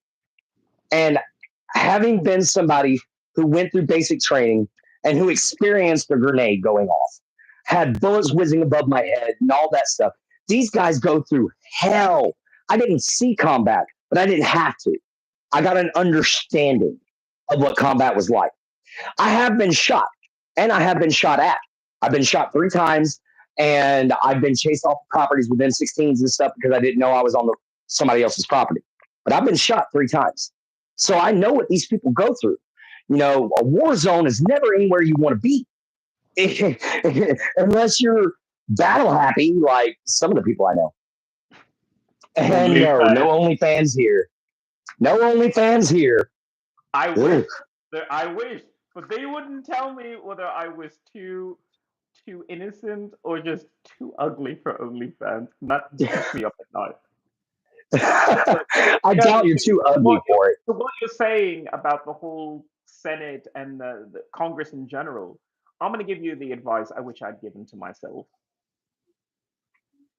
There's America, and then there's what you make of America. Exactly. So when people try to subscribe to the America that TV sells you, you're going to fail every time because that's not even real. That's a set. People look at, a sitcom about a family and how they always have food, they always have this, they always have that. That's provided by a catering company. It looks beautiful because they add. It is beautifully made by somebody who spent hundreds. Beautifully made by someone who isn't even a chef. It's just fake. Mm-hmm. But when you live for yourself, when you live for your own way of life, you gain so much more. We don't need a march to Washington, D.C. We need the opposite. We need people to stop pulling out. I said it to you on this channel. I think I said it on your channel as well. We need Operation Rescue. We need Operation Rescue for veterans because when you're in a situation like I am, I have crippling PTSD from military sexual trauma. I cannot go outside. I cannot work. I cannot be around people whatsoever. I'm not in America anymore. I'm really not. And a lot of veterans, because of their disability, because of what they go through, hey, if you have your arm blown off, you're not exactly going to, be a baseball pitcher or something like that. You're not going to enjoy the same lifestyle. So why should you? Why not accept it and say, I'm going to do something differently somewhere else? We have 50 states, and that's a nice even number. 51, bro. We could have 51. We could have 52. Why do you think I'm over here in California? I'm over here in California because California, in its own way, just by doing something as simple as saying marijuana is legal here, is literally saying we have another country. Texas, by the way, with the way they handle things, is almost a different country. Mm-hmm. They don't say it out loud, but something like states' rights really means something, and veterans need to start thinking about the value of their money. I mean, I hate living in California, but I eat healthy and I don't go to restaurants anymore. I cook my own meals. I'm not in America. I'm changing the way that I live my life because the value of my money should be the value of my health, not just the value of what I can buy with it. I don't want a cell phone when I don't have anybody to call. I don't want a television when it's trying to sell me a life that I can afford. Yeah. And you see, I can't afford nothing. With my disability and with them taking away my ability to work and my ability to drive, then, and yes, I have a driver's license and can't use it. It's ridiculous. But I can drive a mile, is as far as they'll let me drive. And I'm talking about the U.S. or the Texas government, not the U.S. government. This is Texas. All right. So we do things a little differently here because we hardly ever listen to what the United States government has to say. We do our own thing, but unless it's like on the federal level, and then we have to. But the state of Texas says I'm not legally allowed to work, and it's because they consider me a liability. Now, this liabilityism that's not really a word. This liability that they're claiming is because I can't always show up for work because of my schizophrenia, which is about once in a blue moon that happens. And sometimes I have seizures about once every month to 2 months. I'll have a seizure and I'll have to take a couple days off. But they don't like that. Texas government does not like that. Texas workforce does not like that. So therefore, I am completely disabled in their opinion, just as much as somebody with muscular dystrophy or multiple sclerosis. I'm classified up there with them. And it's also because we've had here in Texas, we've had a lot of people that are schizophrenics that are poor and can't always afford their medication. Why is this? Because they can't work. So if you got to pay for your own meds and you can't afford them, what are you going to do? You can't take them. So what's going to happen? You're going to lose your shit. And this is coming from a schizophrenic. You're going to lose your shit if you don't have your meds and if you don't take them on time every time. I have a strict schedule for myself. I will wake up from a dead sleep to take my meds, guys. And when you have a disability like this and you have restrictions on everything you can do and you're poor as shit, and these guys expect you to live this lavish lifestyle like my friend here was talking about. Guys, you want to see the closest thing to my life? Watch Married with Fucking Children. All right? We're the Bundys, but Peggy and Al have had a divorce, and we are basically the Bundys. And the Bundys and the movie Roseanne, the series Roseanne. There's a reason why those two series were beloved so much. And trust me, Roseanne was loved not because of her. Roseanne Drescher is... But the series was beloved because it showed actual American life. It showed actual life. It wasn't always sunshine and rainbows and unicorn farts. It was literally hard. It was destructive. It was toxic.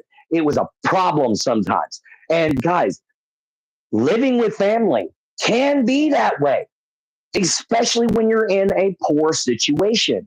Stuff starts getting toxic. Kids start growing older. The parents are like, I need help. Y'all got to help me. The kids are like, I don't want to go out and work right now. I want to take time off. I just got out of high school. I want to take a year off. They're like, no, you got to go work. That leads to problems. That leads to problems in the household. That leads to the destruction of the nuclear family. That leads to the destruction of the household. That leads to kids never wanting to talk to their parents again, which is sad. I never can stand to see kids that don't ever want to speak to their parents again because they didn't like the way their parents raised them. They didn't like the fact that they had chores. They didn't like the fact that they had to do this. They had to do that. And I'm now a grown up. I'm glad my parents made me do all this shit. I'm 38 years old. I'm almost at the age my dad was whenever I started realizing what he was going. And I'm going through basically the same crap. The only difference is as a disabled American. So now I've got to find my own job. I've got to create my own occupation just in order to survive. And guys, that takes forever to do. Doesn't matter. Unless you've got millions of dollars, it takes forever to get business started. It really does. Because I have to harvest all the materials myself. So, and as far as craftsmanship goes, you can see it right here. Right here in my friend's walking staff that I've made for him. Still got to mail it to him. Damn cobwebs. But I've still got to mail it to him. The staff says man of the world in Viking. It says man of the world in Norse Runic. This is for my buddy Sean. It's beautiful. And I got to tongue oil it and everything like that. But guys, I have to do things like this just to make a living. And I do have one up for sale. This is the one I got for sale so far. Hasn't been tongue oiled yet. And it's very simple. It's only $30.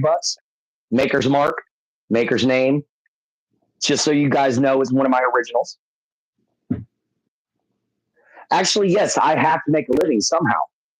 I have to be able to support myself. It drives me nuts if I can't. So I'm doing YouTube and I'm trying to create my own business just to be able to make this all work. Just so I can be able to have my own property. Just so I can be able to have my own life. Go ahead, Mom. I'm hearing all of your struggle, and I keep bringing it up. This is why kids need to learn history. You need to learn something like Robin Hood and the reason why that story is beloved by English people. I'm reading a lot of comic books in order to prepare for Marvel's Venom Lethal Protector, whether or not they accept it or not. But I'm reading it because there's a reason why this alien symbiote, this black alien symbiote, hooks on to Eddie and he becomes Venom. And it could have done it to a lot of people, but it did it to him. And I wondered why. And then I thought, oh, right, isn't he an Irish Scottish mix? Isn't he one of those press people? Actually, Eddie Brock. Where does Brock come from? Because it doesn't sound like a traditional English name. Eddie Brock was supposed to be he was supposed to be Northern European descent, so Norse like me. Yeah. So he came from a society, at least genetically, of people who were warriors. And here he is. He's not being true to himself. He's a photojournalist. And he thinks to himself that's who he is. But Venom shows him, no, you're a fighter. You're a berserker. You're a Viking berserker. Once you shed all of this, and then I love how Tom Hardy acts in the movie. I really do, because he plays a schizophrenic so well, because that's basically like having schizophrenia. The way that he does the restaurant scene of Eddie, eating all the meat, eating all the lobsters, hopping into the tank and then eating the lobsters there too. And all I can think is, that's what it means to be truly hungry. Because people show up at a restaurant and they use the little fork and knife and they think, oh, this is the pinnacle of my culinary experiences. No, number one, you didn't exert yourself hard enough that you needed to replenish your body. And two, if you need to replenish your body, you're supposed to eat until you're full. You're supposed to eat until your body says, okay, I feel like I have enough to repair the damage, because you're supposed to be out in the forest chopping down trees. You're supposed to be chasing down deer. Like, if you don't, you will starve for 2 to 3 weeks. That is what I have a quick question. I have a quick question for somebody in the chat. Paul, how are we harming kids? How are we harming kids? We'll talk about using your imagination. We're talking about getting a better education. How are we harming kids? So report me all you want. It ain't going to happen, brother. People have tried to report me all the time because I talk about education and everything. You ain't going to get rid of me. And as far as you thinking I'm Northern Irish, I'm Swedish, brother. East Irish. Wow. Some people are rude. Some people are rude. And I'm gonna tell Paul he can enjoy coming back some other time.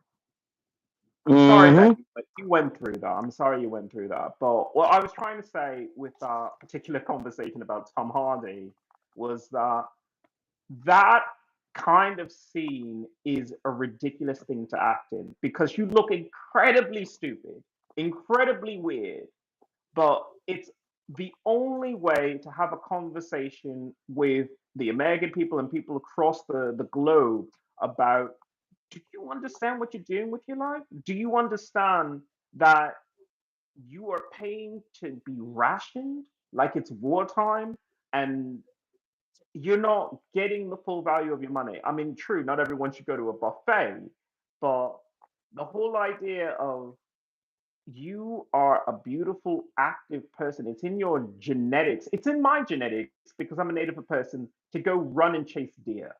It's in my genetics to run every single day, which is what I do every single day. Not well because I have an injury. So I hobble, but I hobble as fast as I can because that's what my genetics tells me to do.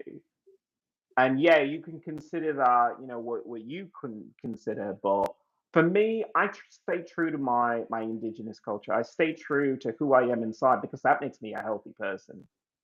Yeah. And when I And you watch see, that's why. eating all that food and just being ridiculous and his eyes glaze over with the alien symbiote, and I was just, wow, that's what it means to be truly alive. That's what it means to be in touch with yourself, to be able to say, I don't give a damn what people think. I paid good money for this meal. I'm going to eat every single thing in this place. There you go. Every time I sit down with a plate of food, I know this sounds weird, but I only eat once a day. Just so Thank you, Paul. everybody knows, I eat one time a day. I just eat a big meal when I do it. And I'll sit down and eat two plates worth. But by the next morning, I've worked it off. Guys, that's why I'm constantly losing weight.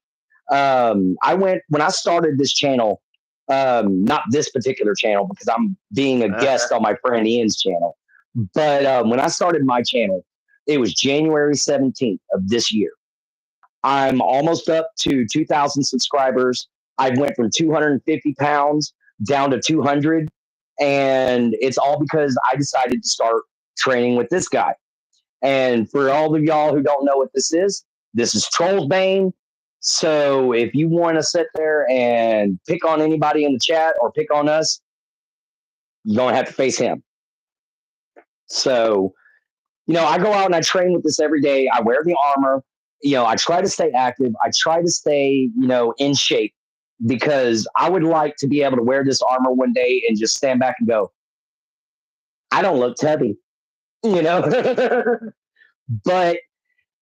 that takes work. That takes dedication. That is something that we don't see anymore. And that makes me rather sad that we don't see dedication anymore. If we do see dedication, it's usually to a cause that might not be beneficial. That's why I support your causes. Because yes, you're LGBTQ and you do talk about some things that I disagree with. You do agree with those. But that's the beauty of America. You can agree to disagree and still be friends. That's the wonderful thing about this. That's why I come on Ian's channel every time I get a chance. It's to show people, as a straight white man, you can be friends with a trans black man with no issue. Not just trans black, but trans black Native American. And I might be based. I might be a basic guy, but you know what? I like basic. I do. Clint, you may not want a gay couple, unless it was maybe two chicks, to be making out and having sex right in front of you. But actually, I lived in a house with 13.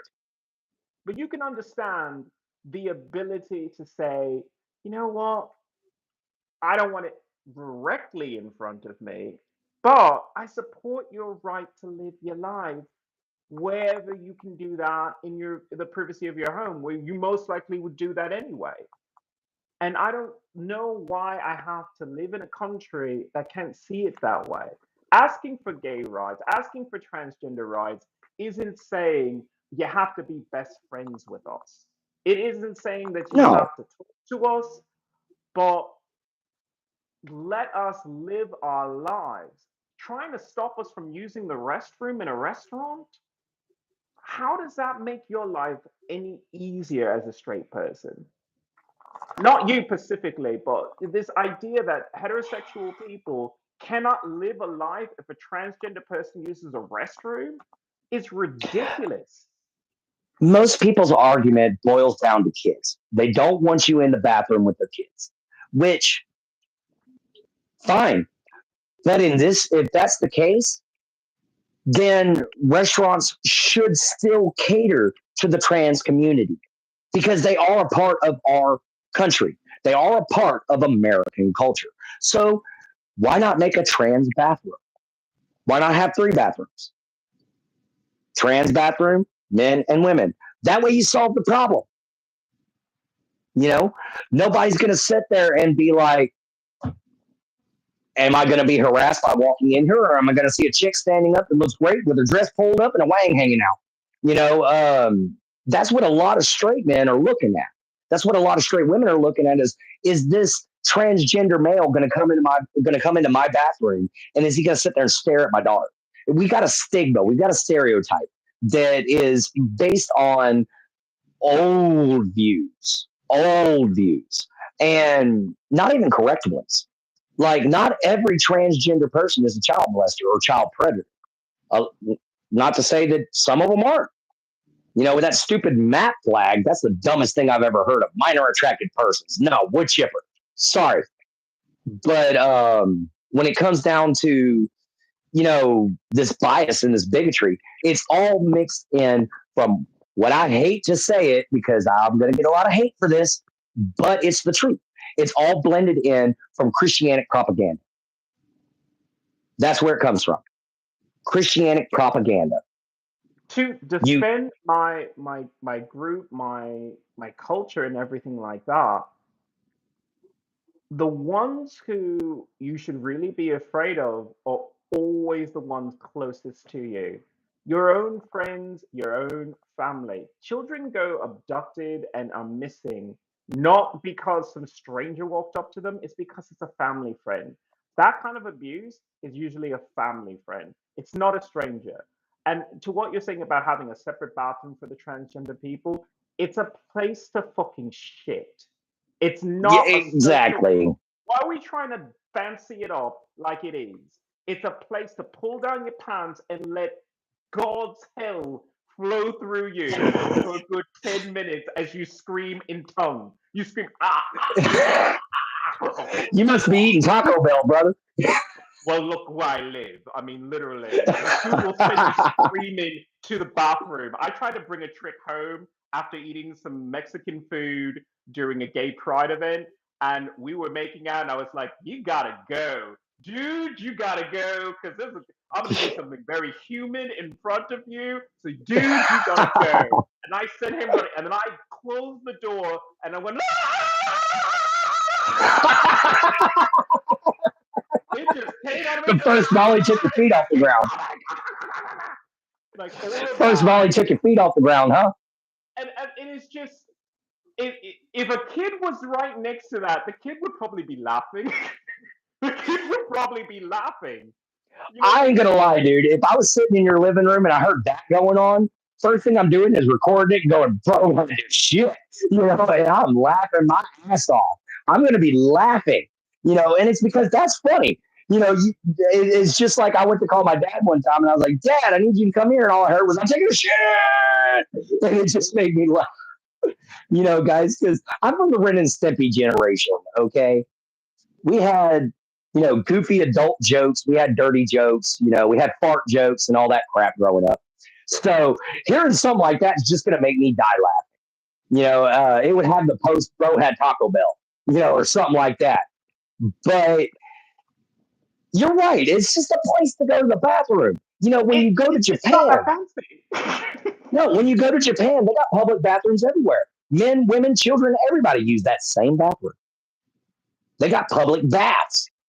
They don't care if you're gay, straight, or what. Come on in. That's how they look at it. And I'm tired of living in a country that claims to be it's the most progressive country in the world, but yet everything we're doing is digressing. We're not approaching anything anymore. We're actually just kind of at this stalemate where we have bad leaders, we have bad education system, we have people with bad morals that think they're okay. And I'm not talking about trans community. I'm talking about people who think it's some of these modern day feminists that think it's okay to scream "kill all men." Some of these modern day men that are having problems sitting there saying all women should be alone. There's so much division, and that's what I'm tired of seeing. We're supposed to be one nation united, and we are not united.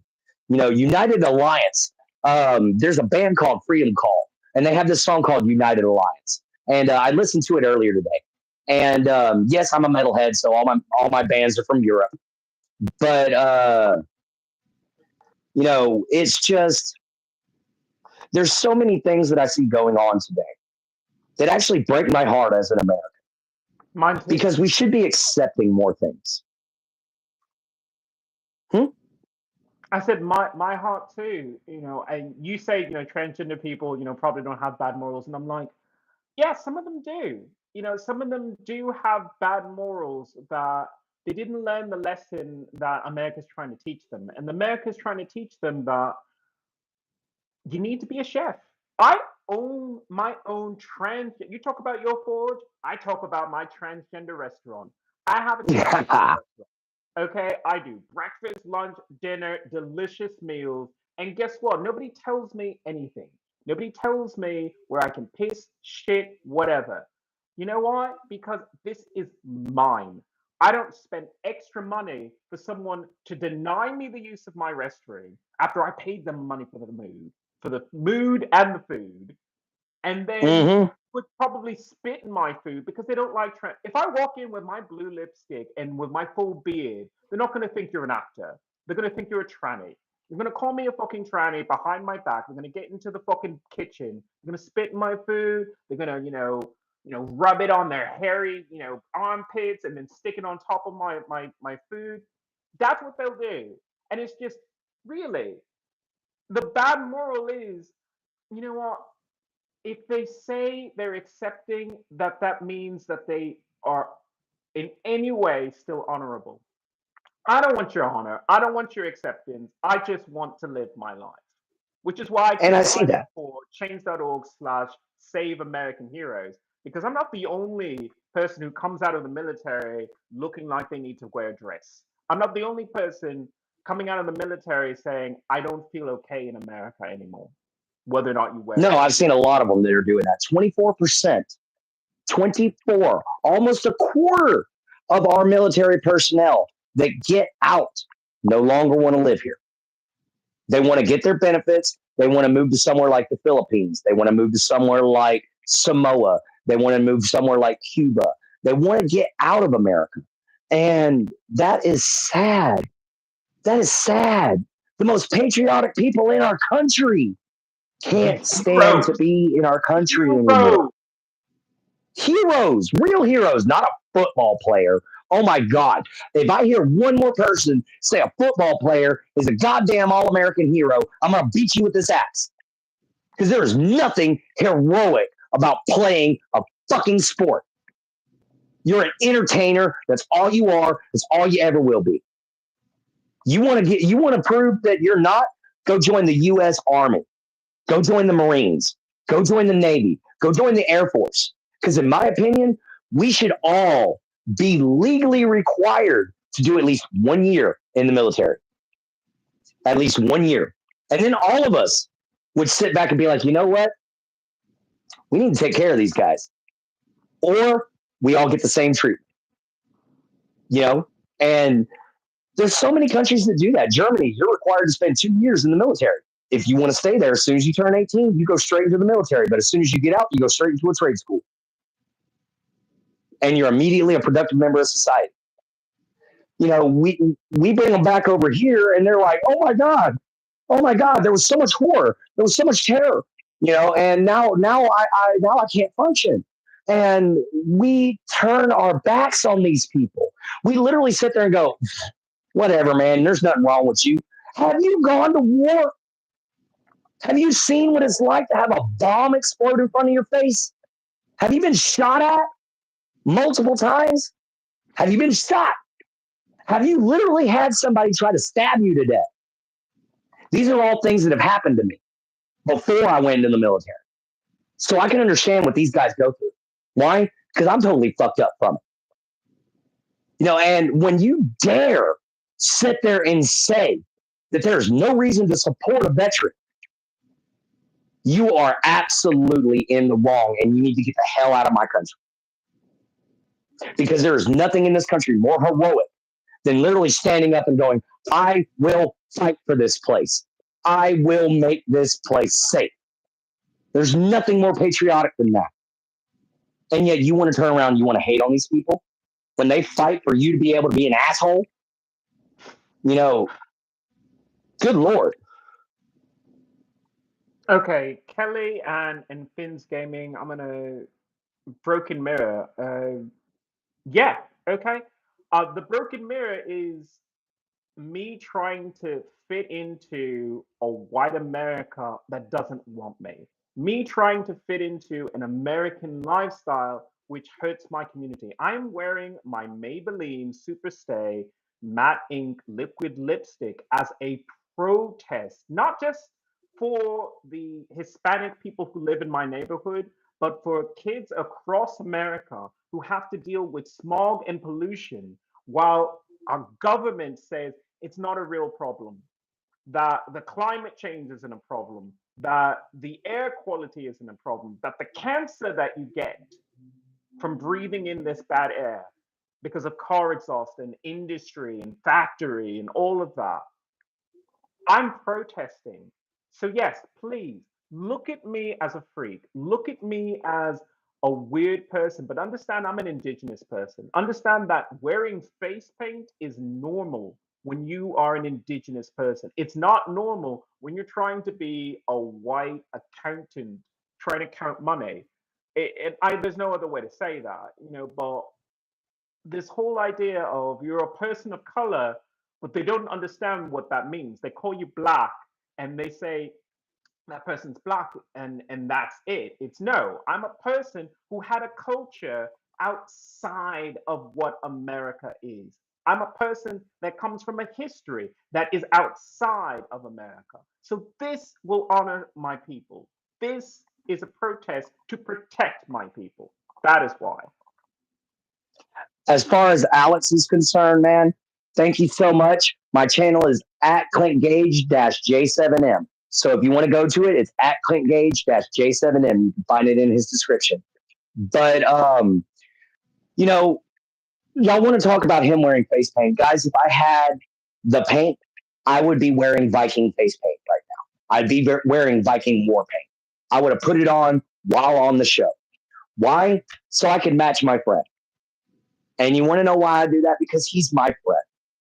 You know, guys, it doesn't matter who he is, where he came from.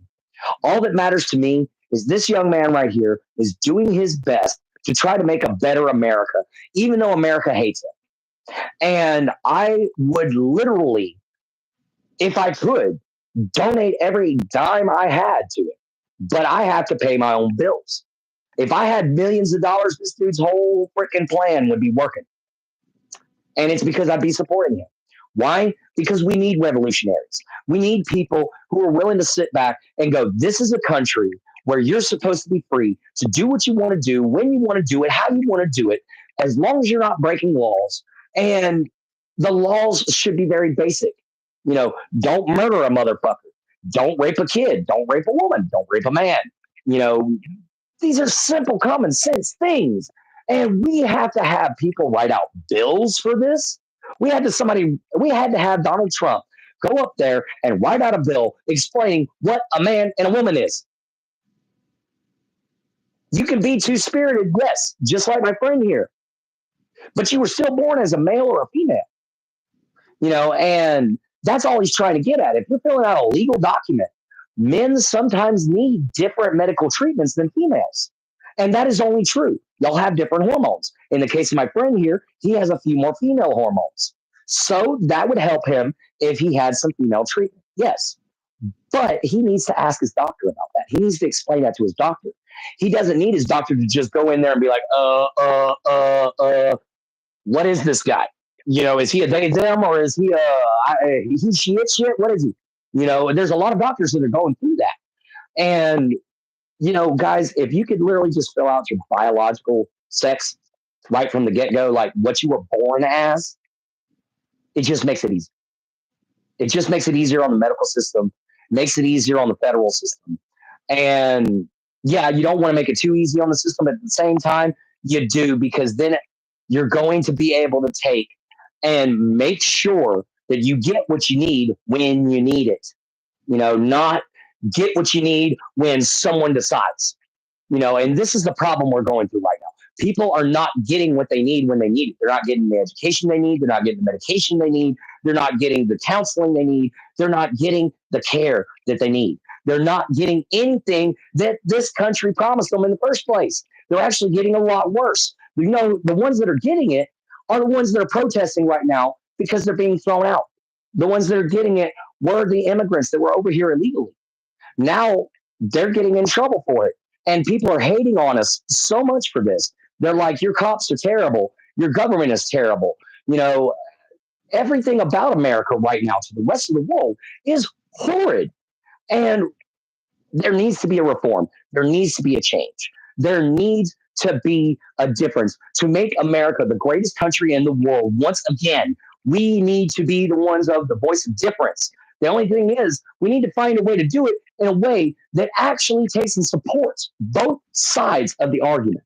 Because that's what this country was founded on, supporting both sides of the arguments. The only ones we didn't support their side of the argument was the British, and that's because we were telling them, get the fuck out. So, and no, we didn't understand the Native Americans either. That's a shame for me, because I unfortunately am related to General Custer. Jim, bro, no transgender speaks like that, bro. I am two-spirit Native American, First Nation Indigenous, transgender. That means that I am keeping my genitals. That means that I enjoy having a beard. But it also means that I enjoy empathy. I enjoy spiritual journey. I enjoy cooking and tending the fire, which is an important task for a community.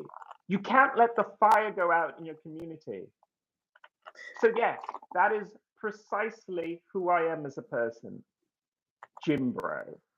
And as far as transgender, who decides who is more transgender than any other person? And also, the transgender community needs, I have to say it, some men in it. Because this woman attitude of, I'll just sit and no, I don't mind if I'm offensive about it. I really don't. Because it is no, not being offensive. I'm agreeing with you. Thank you. I think it's a very passive attitude, I guess is the best way to put that. A passive attitude to say, will you like us, instead of saying, we don't need you.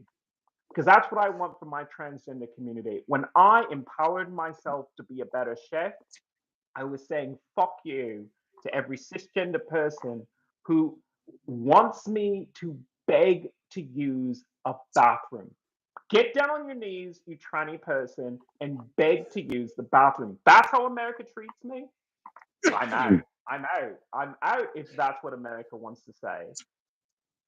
I'm not going to play this game of you holding up your disgusting little children, and same children, like Clint has said, who will stab a teacher for taking a cell phone. These little innocent monsters that you want to try and say are the reason why you can't let a transsexual adult use a bathroom. And by the way, I don't eat at fucking Chuck E. Cheese. I eat at Jonathan's. I eat at, Blue State Grill. I eat at fancy restaurants, okay?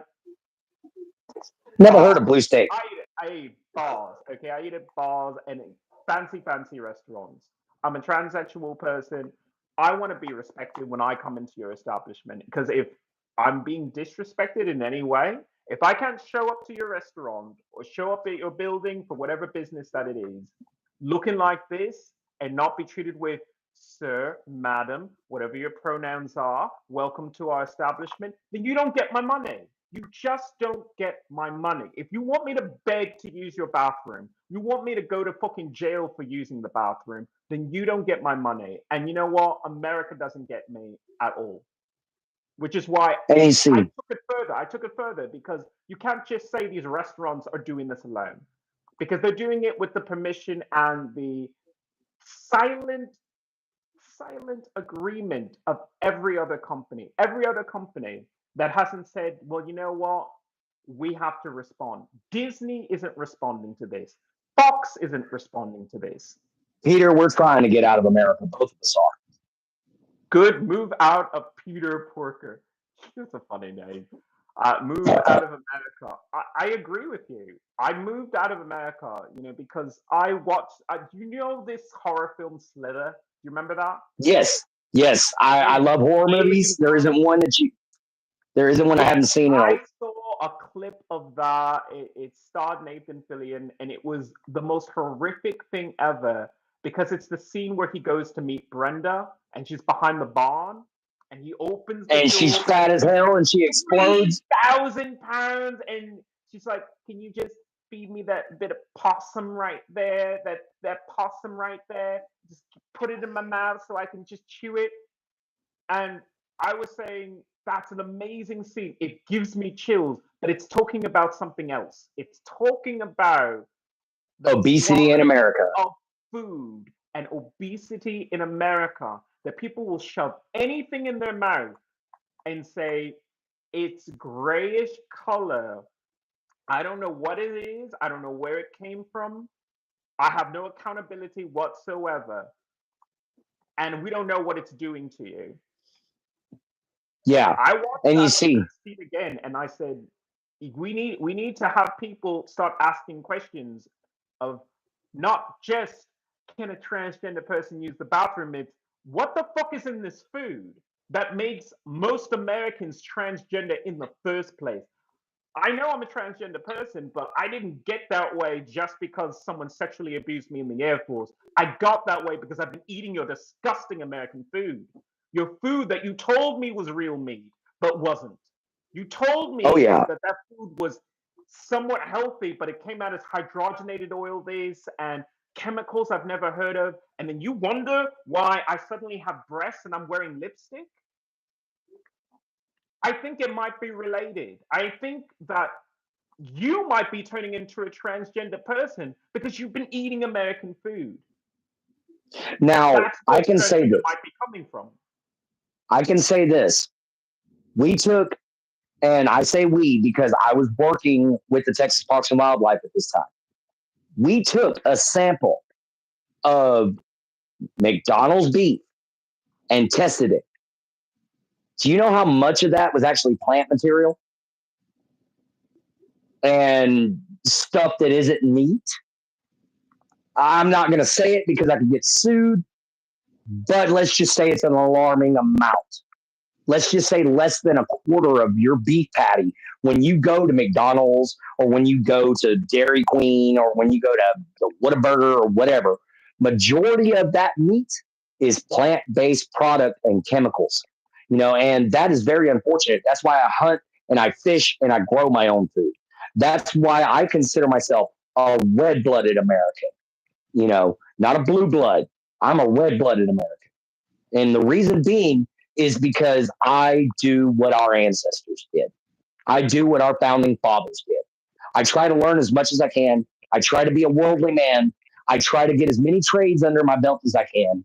And I try my life an actual example for others around me. I try to be the example. I try to be the one that when I walk into that room, I'm going to be, hi, how are you doing? Hello, how are you? Hi, my friend. What's your pronouns? Okay, I got it right now. And then just move on off. Guys, it's that simple. And to those people out there To the trans community out there that gets angry whenever somebody wants to, what's your pronouns? Guys, we can't tell. We are straight. We don't know. We can't tell. Please just answer the damn question. You know? So, because as far as we know, we're looking at a man or a woman. They're either gay or they're straight, and gay literally means happy. That's literally the definition of gay is happy. And I lived in a house as a straight man with 13 gay guys at one point because it was the only place I had to go. And I wasn't about to fight through winter. They literally hired me and let me live in this boarding house with them so I could cook. That was the only reason why they hired me, was for me to be the cook, because none of them cook. And here I come walking in one day for a party with these guys because one of them invited me over. He said there's a lot of gay men there, but there's going to be some straight guys. I was like, all right, cool. Let's go have some fun. And I barbecued some ribs.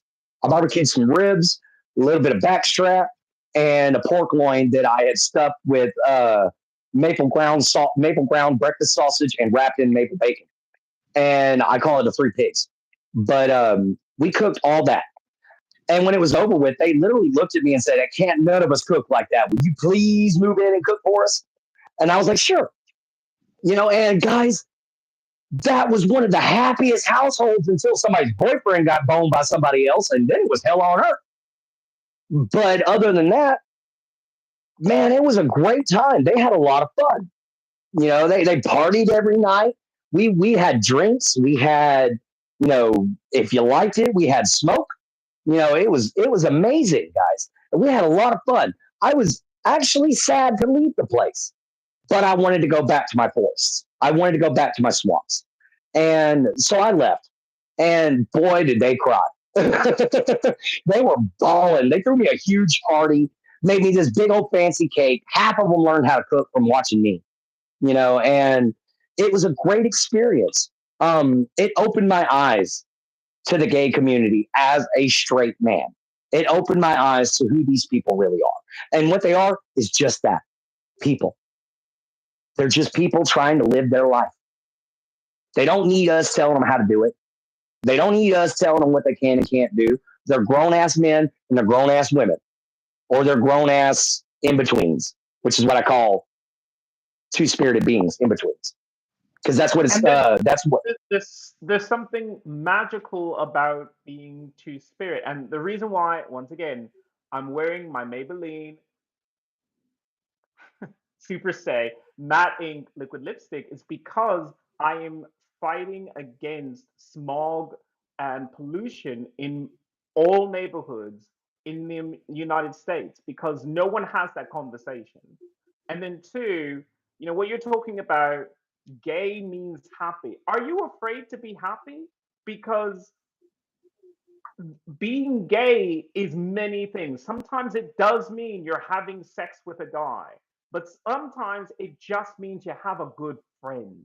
A good friend. What could be more gay? What could be more happy than saying that you hang out with your friends and then you fuck some bitches on the side? You go out and you engage in your heterosexual sexual activity, but guess what?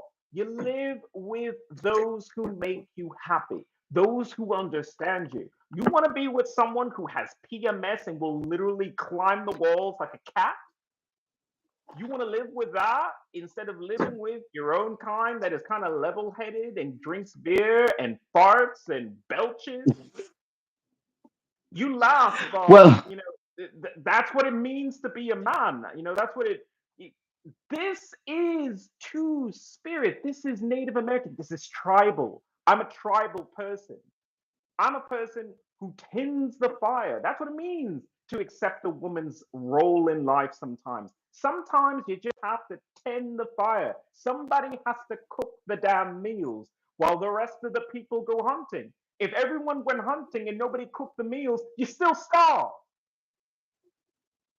you still go hungry. You just have to let gay people be gay people. Because guess what?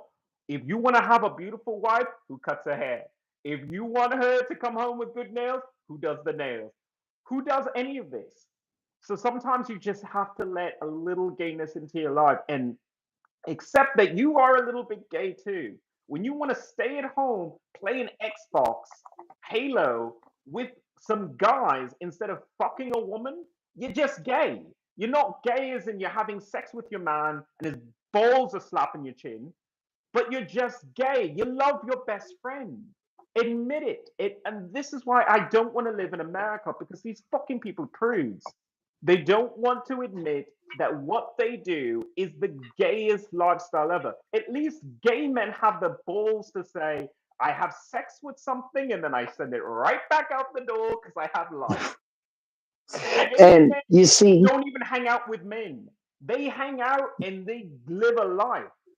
But men, they spend more time on a couch drinking beers, talking about women than actually talking to women. That's gay. That is homosexual. So don't and you all see, talk about my statistic there. with me, when it comes down to me, I call my girlfriend every day, multiple times a day, guys. I don't just talk to her once a day. I call her all throughout the day. I text her all throughout the day. Today I'm kind of taking a me day, but it's beside the point. And speaking of that, okay, I got plenty of time. I got to do my own show here at 2 o'clock. So I'm going to be out there forging. Not in this. I'm not going to die of heat stroke today, but I am going to be out there forging today. So I got to fix my blade. I messed up on some parts, but it's not unfixable, so I got to do that. But the whole point about the matter is when it comes down to me, I try to spend equal amount of times with my guy friends as I do with my girlfriend. And it's only because I only have one guy friend. Aside from you, of course, all the rest of my friends are on the internet. But when it comes down to somebody that I can hang around with, I've only got one. He lives a mile away and he's handicapped. And I do work for him. I actually take and try when he gets the materials together, I repair his house. When he gets the stuff he needs for his yard, I take care of his yard. It all depends on when he can actually afford to do it. And as far as the person that said that we don't have good jobs, I'm disabled. I have schizophrenia and I have epilepsy, which means I have driving restrictions. I have work restrictions. I have everything that's put on me by the state of Texas. So when I go to apply for a job, the best thing I can get is a day at 4 hours. That's the best I'll be able to get is one day a week at 4 hours a day. So I make more money just trying to take and living off my disability right now until I can get my business up and running. Because I am trying to start a business. I'm trying to start a handcrafted items business. I do blacksmithing. I do wood carving. I do leather work. So, which I thought about something really cool for you, Ian. I thought about making you a leather vest with chainmail on the inside of it. Yeah, that way you can't get hurt when you're out and about. If they try to stab you, they can't stab through it. Fashion piece for me. I have to, even though I'm being intimidated by Los Angeles to not go outside and not be a transgender person in the community. This is my community. If I can hop on YouTube to talk about real issues in the community, then I should be in the community, whether or not they like it or not. And the sheriff's department and the police have to handle what they have to handle. You can't allow crimes in your own community. And to what people are saying about since when did that tribal start meaning mentally ill? I think it's mentally ill to go to a restaurant and say, can you hand me this grayish block of I don't know what it is, but it's cheap and I don't want to hunt. Can you hand me that? And then can I just look at my body and the tits that I grow from it and not ask any questions? That is mentally ill to me. What is mentally healthy is by saying, no, I'm going to spend most of my time, at least because I don't hunt, I chase deer. I run as if I'm chasing deer, and it keeps me healthy. And to whether or not I go to a gym and the transgender problem would go away, who's going to pay for the gym? I'm supposed to have my disability benefits, so I could afford to go to the gym. So I could afford to look as beautifully beefy as this man right next to me. I'm not that beefy. 200 pounds. 200 pounds. I am so skinny. I'm supposed to be Venom in a movie, and I'm this skinny. In Marvel's Venom, Lethal I was Protector, gonna I can't say, put in 20 pounds. you do better as Miles Morales. Really? I'd have to You have shrink his, that. I'd not have to shrink necessarily. that. The older Miles Morales in the comics right now has a beard. Because the older Miles Morales is going through the same bullcrap that Peter Parker went through in the comic books right now, and he's dealing with Madam Web crap. So he ends up getting a beard during the process because he doesn't get to shave because he's constantly dealing with Madam Web sending him to different alternate universes. So yeah, you'd do better playing Miles Morales. You really would. Just an older version of him would be great. Well, But me personally, I think I would do good playing as someone like a dwarf in a Lord of the Rings movie. and you'd be happy. You'd be happy. Oh man, would I be fucking happy. And I'd be keeping my armor and all my props.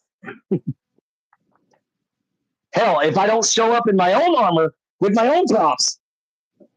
Because as you You're guys can getting see, so much love. You're getting so much love in the channel right now. Brother in the medieval armor and hat is absolutely badass, and he likes Marvel too. thank you. I'm a huge nerd, guys. Not only do I like Marvel, I like Godzilla. He's one of my favorite things in the planet. I like Star Wars. In fact, for my Star Wars fans,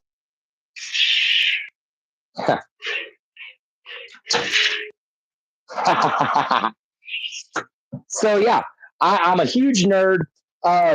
Thank you for enjoying the armor. I love wearing it. I made the top piece. I bought the breastplate, but I made the shoulder guards myself, and I really enjoy that. I even made my hammer. Made my hammer. It's all Look at cast that metal, which right now it's flipped to the war side because our country's at war. But when it's time to go back to peaceful side, then I switch it back over. Nanared, there is a link to Clint's channel in my description. Please give Clint a like, subscribe, and follow. He does lots of really cool content. He's one of the best YouTubers out there.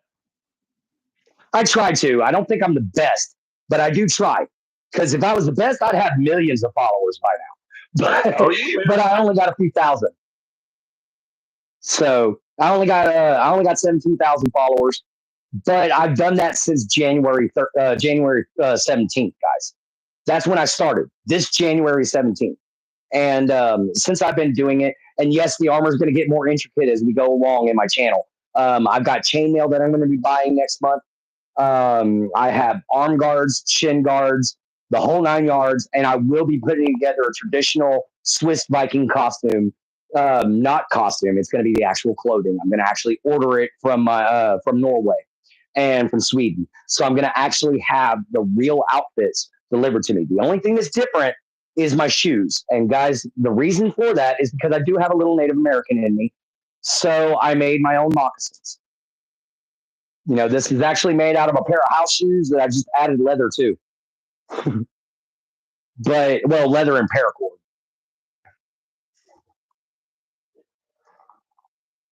And no, this is not a meth head meeting. Yes, I thought about buying a bear pelt. I actually have a website I can go through to buy one, but that's $1,000. However, my shoulder pads are made out of a boar hide. Oh yeah. You need to make it happen. You need to actually write down a list of things you want for your channel and let your channel. I thought about doing that, giving myself an Amazon wish list and having. Please do. Yeah. But guys, if you're ever interested in anything I'm wearing, guys, y'all could go to darknightarmory.com. Go to darknightarmory.com and you can find stuff like this at good prices with great quality. This is made out of a yak. This isn't buckskin or cowhide. This is a yak. This is what, or a muskox. This is what my people actually would make their armor out of. Because I say my people, and it's because I identify more with the Vikings and with the Norse than I do with my own country at the moment.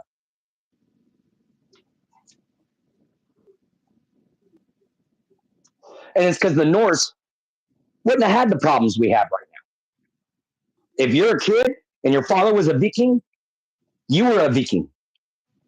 If your father was a blacksmith, you were a blacksmith. You learned a trade.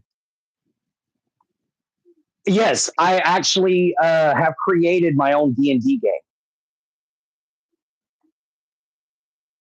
Oh, nice.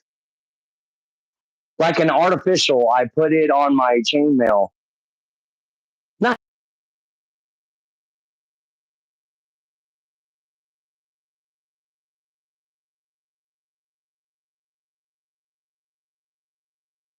conversation. Isn't that right, Ian?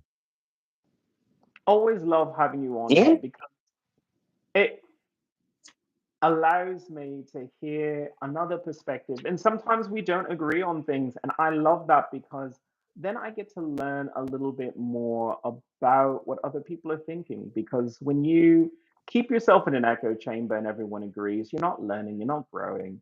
So I'm grateful that you are on here and you are always free to disagree with me because sometimes I do say things that are wild and wacky, but I don't think they're as wild and wacky as A most little people out think. there? I don't think it's out there to say that depression, most depression cases are really people who don't know their own genetic history. They don't try to learn Mm-hmm. their own culture. They just say, well, I'm a white person or I'm a black person. It's like, no, are you a black person from Jamaica? Are you a black person from Nairobi? Are you an Asian person? Do you know your own culture? Do you know the reason why we have cultural traditions? You know, Exactly. we had drinking games in Viking times. We had more than just beer pong. We had stone, stacking. Stone stacking was a mental exercise, an exercise of Mm-hmm. math and engineering. Like you were a real man if you couldn't stack stone correctly. Yes, you know what I'm talking about then. Thank you for your insight. Like that kind of activity would help people if they did it in their regular lives here, but they're not as in touch with their history as you are, which is why your channel is so important because people get to see who they used to be and maybe how they used to be happy. And how their ancestors had to struggle. You know, we think life's hard now. Imagine how life was in the guys. I'm sitting in here with an AC unit, but it's not turned on, and I'm wearing leather armor. The reason being, so I can keep myself used to the heat. Guys, I live in Southeast Texas. The last thing is to be weak against heat. Especially when you're a blacksmith in the same go. And play needed for me to play. It's just DMs hate me because I can beat entire campaigns in one little move. I'm very outside the box when it comes to thinking, and I've had some characters that have done some amazing things in the game. Like I had an assassin that killed an entire army in 3 days.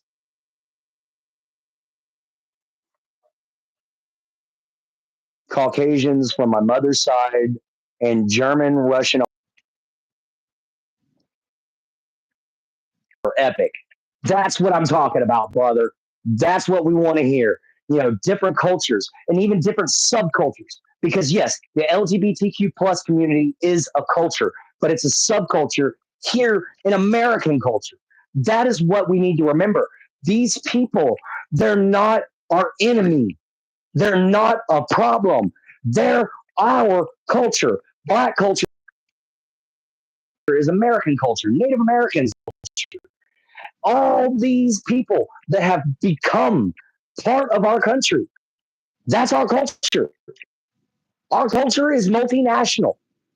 And we don't think about that. We don't take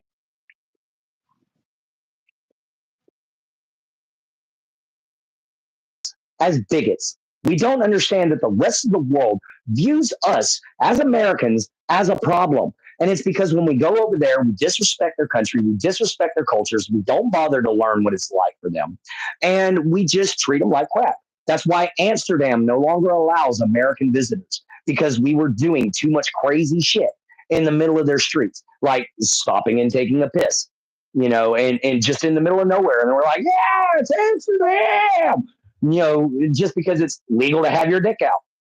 But you know what, guys? That's not right. You shouldn't be doing that just because it's legal. You should take consideration for what's going on around you. If you're going to stop and take a piss on the side of a road, you better not have anybody but maybe one or two cars coming. Don't sit there and do it in the middle of the street. Don't get so drunk that all you can do is walk around going, oh God, guys, hold on, I'll meet you at the next bar.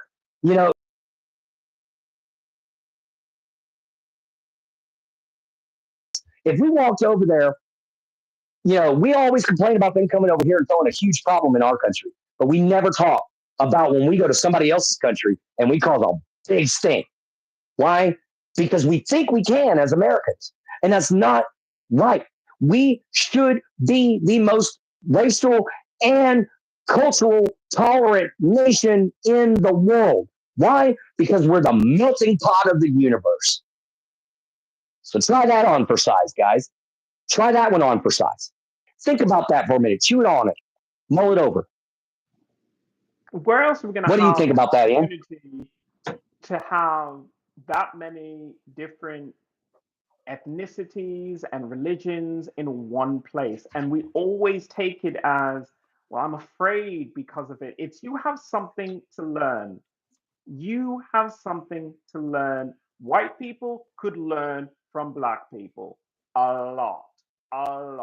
And Black people can learn about white culture, white business, how to run a business, how to, file your taxes, things like that.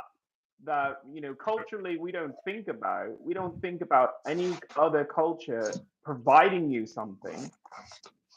I mean, the whole idea of, my other than our own, super stay matte ink lipstick, I had to learn that, in a white way. I had to learn that from white people, this whole idea of environmental activism, because not enough Black people are interested in saving the environment. Most Black people want to do BET music videos of giant ass Black girls shaking around a car while drugs and money fall from the sky.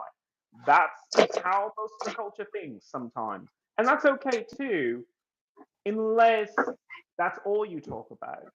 So at least in America, you have that opportunity to learn things about other cultures. So when you do go to another nation, you appreciate it because they have different perspectives on alcohol and drugs because they've had access to it for years earlier. It's easy to have a kid drinking a glass of wine in an Italian family in Italy. Why? Because they understand the difference between drunk and buzz. They know the difference between binge drinking and drinking a lot with your family and friends where they can keep an eye on it. They learn to be responsible with alcohol as opposed to America where they have it at 21 because they said, we want to make sure that we're protecting our kids. It's like, no, you did the worst thing possible because now they've had years of sneaking around the law, years of disobeying their parents and being rewarded for that by being the most obnoxious drunk assholes ever. And then by the time they're 21, their livers are done. Mm-hmm. Some people, and I'm just saying, I think America needs to rethink a lot of our laws, and one of those has to be the age of drinking of 21, because you've already drank a swimming pool full of alcohol by the time you're 21. The law is just not working in our favor. Yeah. And you see, I know a young lady right now. She is 22. She has 3 kids. And all of them from different fathers. None of the fathers are around. Actually, let's move that back down again. But none of the fathers are around. She's a total alcoholic. And I do mean alcoholic. Like she drinks a gallon of vodka a day, kind of alcoholic. And she's losing her kids. She's losing her place to live. She has no family that wants to take care of her because she's a problem, because she starts throwing fits and wanting to fight everybody and everything like that. Guys, that's what other people see. That's what other people see. They see us going over to their country and throwing these wild parties and these wild fits, and we're loud and we're boisterous and we're violent. Guys, we are a violent people. Everybody thinks America's peaceful. We are a violent people. We really are. And if you don't believe me on that, just look at half of the people that live in, unfortunately, the hoods. Look at half of those situations. Most of those people are violent. Why? Because they had to be. Because we've made it to where they've had.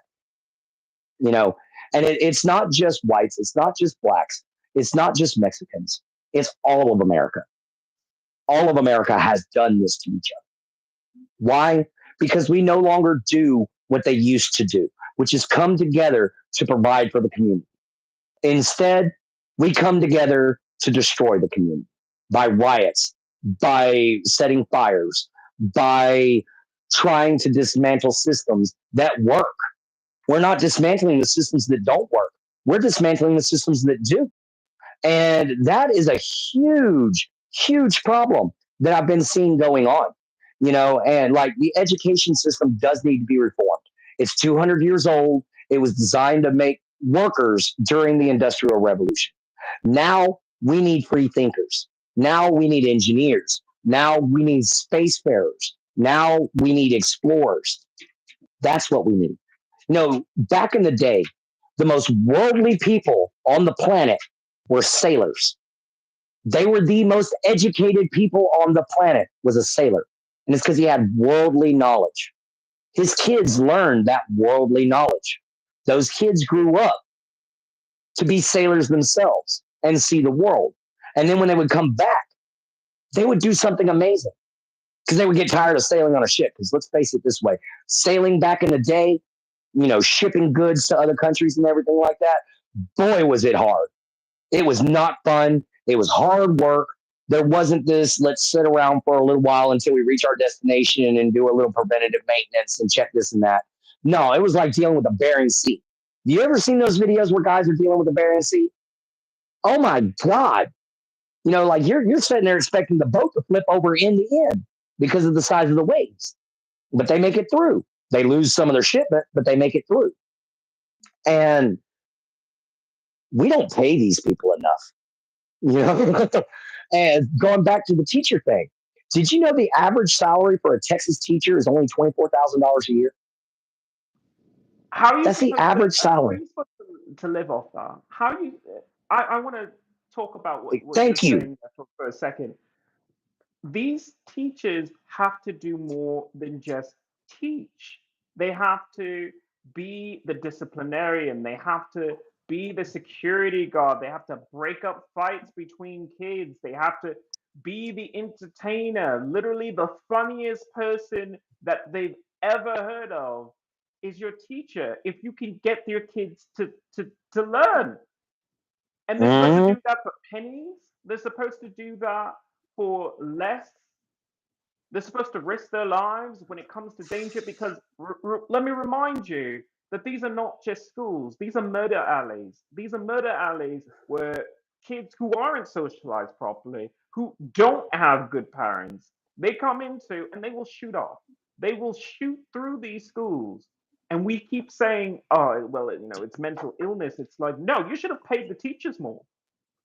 Pay the teachers Not only more that, so that they could provide a good education and maybe fix some of these issues that you picked up when you left them at home.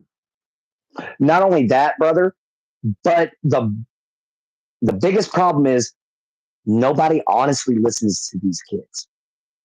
And what I mean by that is this is going to be a little controversial again. but it's the best example I could ever think of. The Columbine shootings that happened here in America not that long ago. Those kids came to the teachers, they came to the principals, they came to their parents, they went to the other kids' parents. They were doing everything they could to get somebody to listen. And when everybody told them, grow up, it's just a little bullying, what did they do? They killed 14 students and injured several more. You know, and it was because they had enough. Everybody has their breaking point. And when you're literally the only two people in the entire school that care about each other and everybody else is against you, trust me, guys, I've been there. I live in the Bible Belt and I've been a pagan majority of my life. And trust me on this, you are ostracized here in the Bible Belt. I was all by myself through school. You know, it wasn't until people started seeing me do crazy shit that they wanted to finally be friends with. I didn't get my first girlfriend until I was 17, guys. I didn't even get kissed for the first time until I was 17. I'm not even joking. I find that hard to believe. Clint, you are the smoothest man. You are a sexy talker. You are a sexy talker. You couldn't charm those panties down. You couldn't charm those panties down when you were 17. You didn't have your shit together back then. Really? No. You? No, I didn't. No, I didn't. I was on Ritalin and Adderall, so I was drooling most of the time. So no, I was not a smooth talker back then. I was nothing back then. I was a lump of flesh that was just smart. And that was my only thing. I was an intelligence, and that was it. And to be fair, when you're intelligent and you live down here around a bunch of rednecks, you're a threat. They automatically view you as a threat. And the reason being is because you're smarter than them, and they know it. And they don't want you getting all the women. So they will torment and torture you. And they will make up any kind of rumor that they can about you.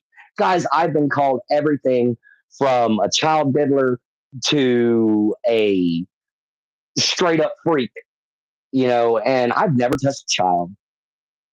I'm a bit of a freak.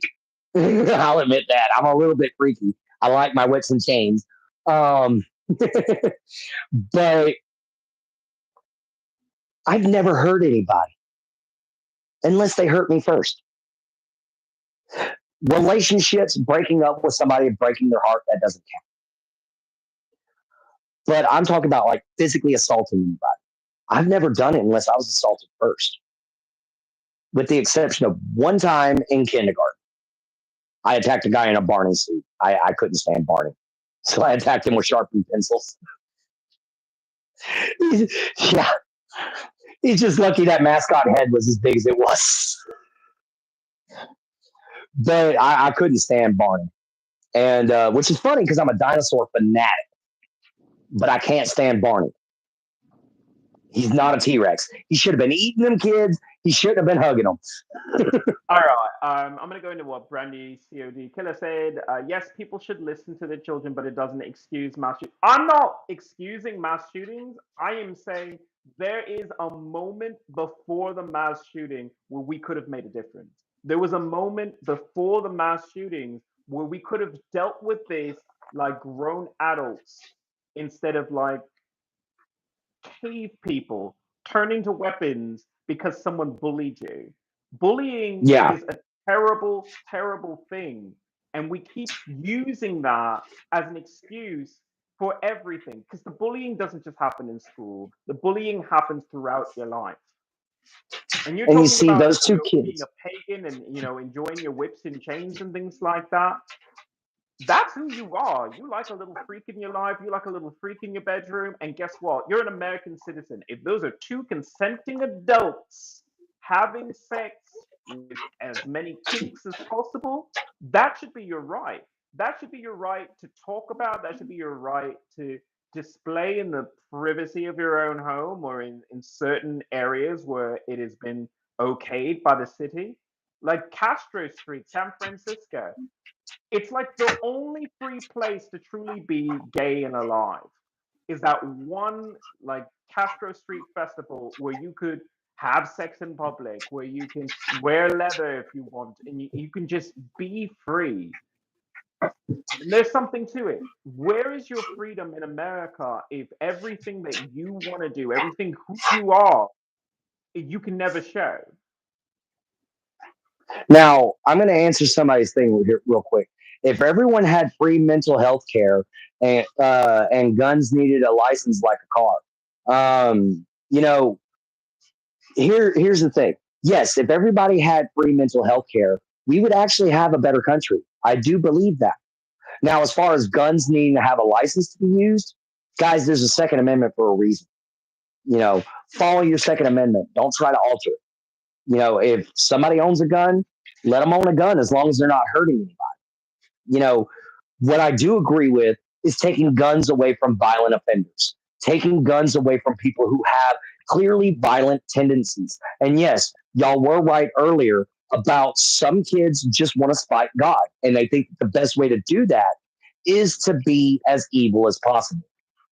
Well, I got a rude awakening for you.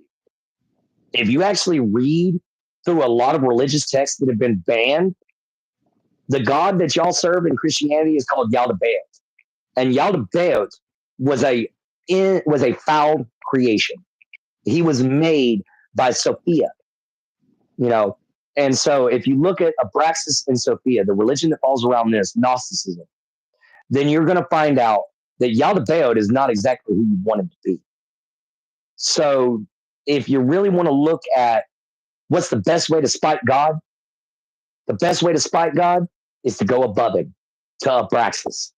Now, I'm Norse, but I believe in other gods, and I do study other religions. You know, I was raised Christian at first, and I couldn't stand it because I couldn't deal with the hypocrisy. I couldn't deal with the anger at everything.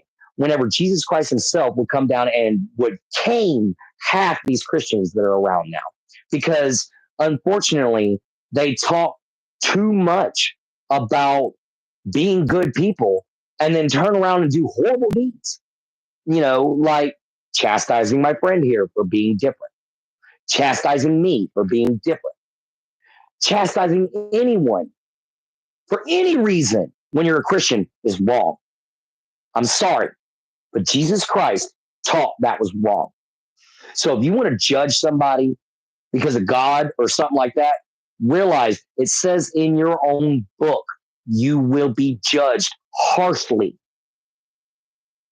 than what would happen to your own people. It says in Matthew, I don't know the title or the chapter or the verse, but it says in the book of Matthew, do not remove a speck of dust from your brother's eye until you have removed a plank from your own eye.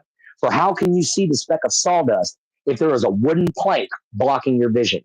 And right now, guys, there's a lot of people walking around with wooden glasses trying to remove specks of sawdust from other people's face.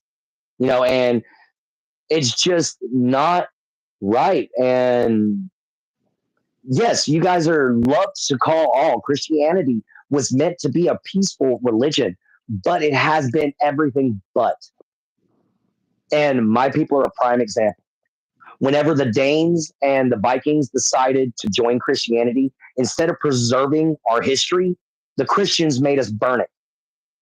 That's why we only have a few things left behind. But to sit here and chastise somebody for their own thoughts and their own beliefs when this is a forum that is meant for you to be able to speak that out loud, to chastise people for it and to troll and everything like that is just wrong. Guys, just stop in, say you disagree, and pop on out. Give us a dislike or a like. It doesn't matter because we're going to speak our opinions no matter what. I am a completely straight white male, not single. I've got a girlfriend. She's in North Carolina. But I am completely straight white male who is dear friends with a two-spirited transgender Native American black guy. I mean, how more ethnic friendly can you get? You know, I do agree that some of these modern women, though, that are on your side of the spectrum, brother, are a little like there's more than a screw loose. I think it has to do with the more that you accept your Kinsey fluidity, the more you realize that it doesn't fit into the molds that the country puts for you. What someone was saying earlier, I think it was Brandy COD Killer, who said, if people want to hurt people, they'll always find a way. I understand that if you put a license for guns, that's an issue for people. It's not the guns that are hurting people. And there are times where it's good to hurt people. If someone's trying to break into your house and rob, murder, rape your family, you better believe you want a weapon there to defend yourself. It's just common sense that if someone is breaking into your place, you have a right to defend yourself. Whether or not you're even a felon, I believe in the Second Amendment 100% for everyone. Why? Because in a case of home security and the fact that America is so broken that people are poor and that they'll come for your riches, even though you don't have any riches, which is the funniest thing ever. You know what? I consider myself a wealthy man. And you want to know why? I have good friends. I have a roof over my head.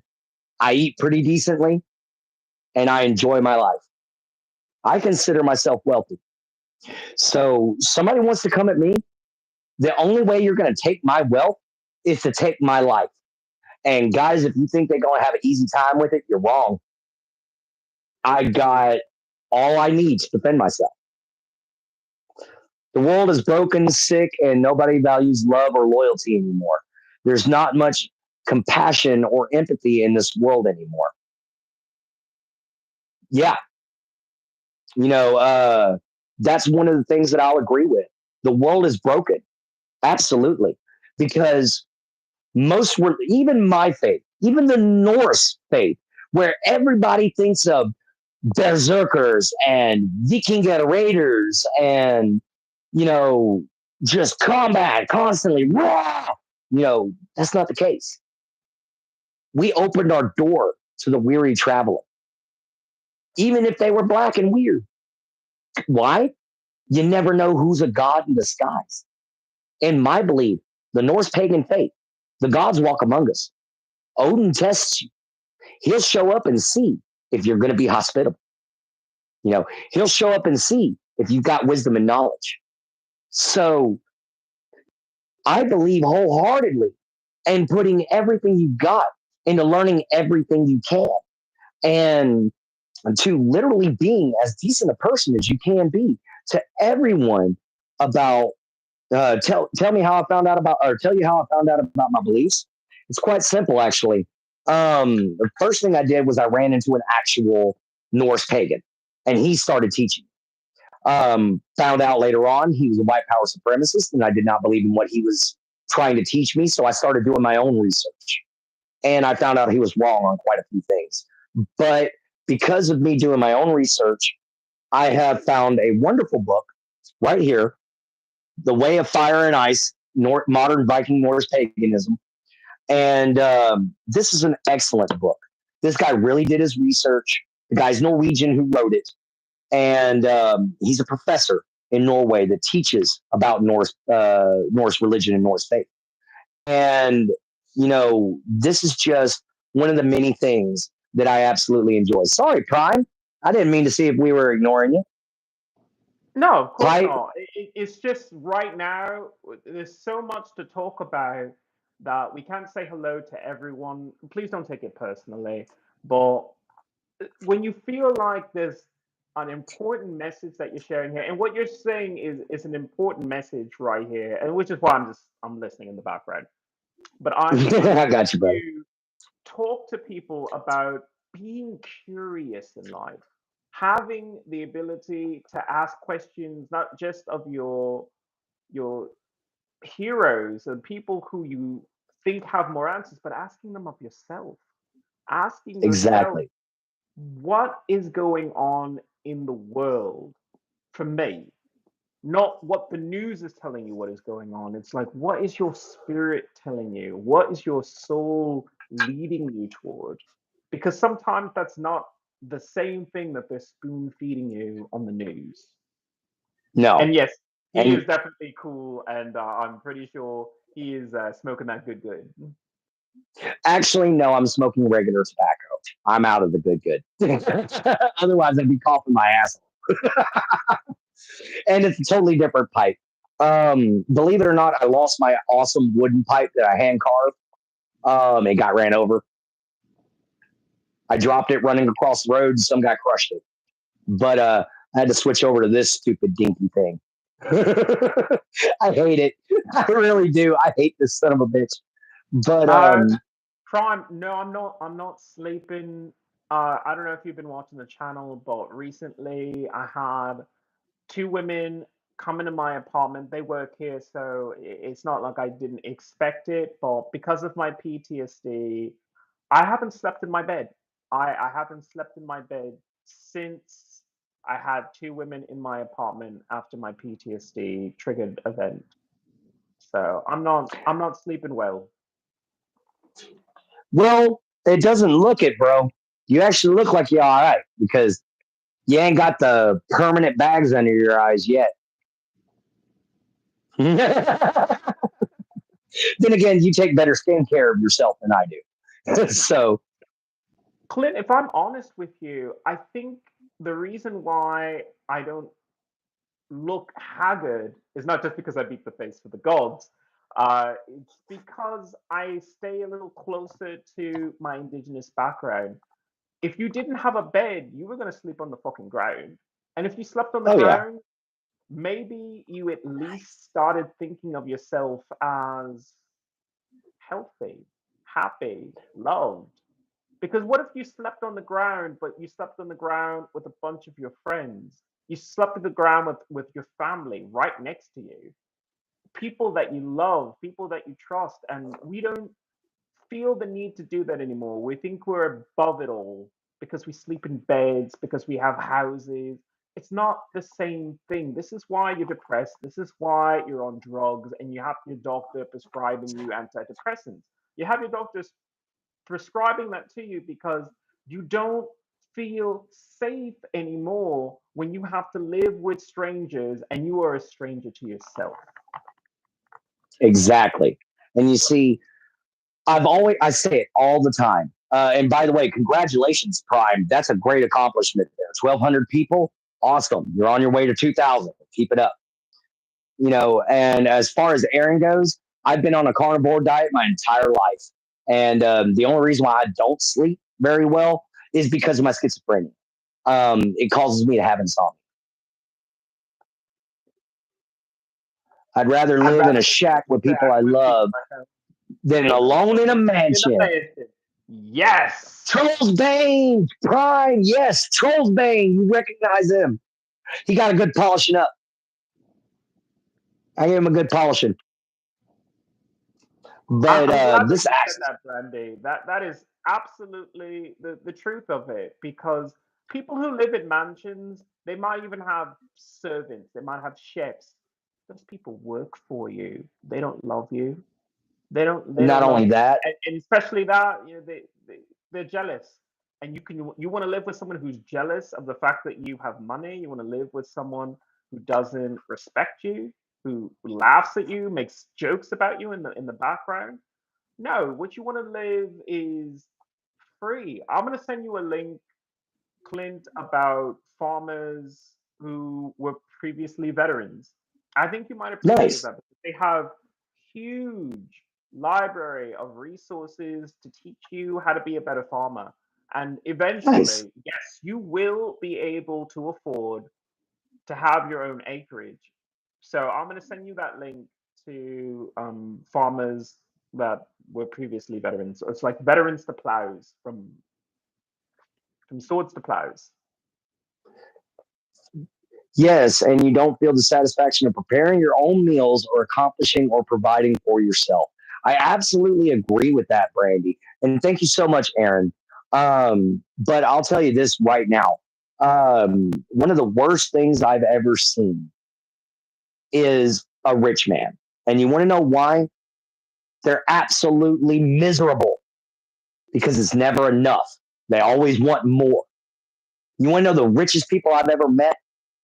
A guy that had nothing more than a houseboat and a paddle and a little aluminum boat. He was the happiest man I've ever seen in my life. Every time I saw that guy, he had a huge smile on his face. We all called him Hippie. He was absolutely cool.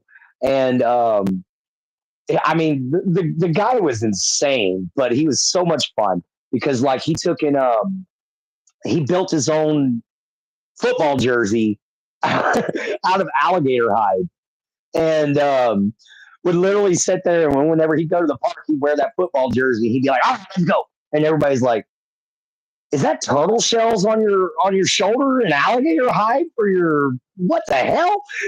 But man, he had so much fun, and he'd always have a big smile on his face. Didn't care what people thought about him.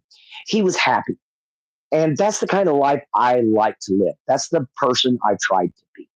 I live my life the way I see fit, and if somebody doesn't like it, they can kiss my big rosy red cheek on my other side, you know. And it's because it's a necessity for your own mental health to be able to be yourself, not be, like he said, shoved into a box and told this is who you are. No, you need to be able to express yourself. That's why I support the LGBTQ plus community. That's why I support people of different races. That's why I support people of different cultures. It's because, guys, you should be allowed to be yourself. You should never be afraid of your religion. You should never be afraid of showing your feelings. You should never be afraid of dressing the way you want to dress. You know, guys, when I get out of my dad's house, it's all leather and chainmail from here on out, guys. The world would be sad and boring if we were all the same. Exactly.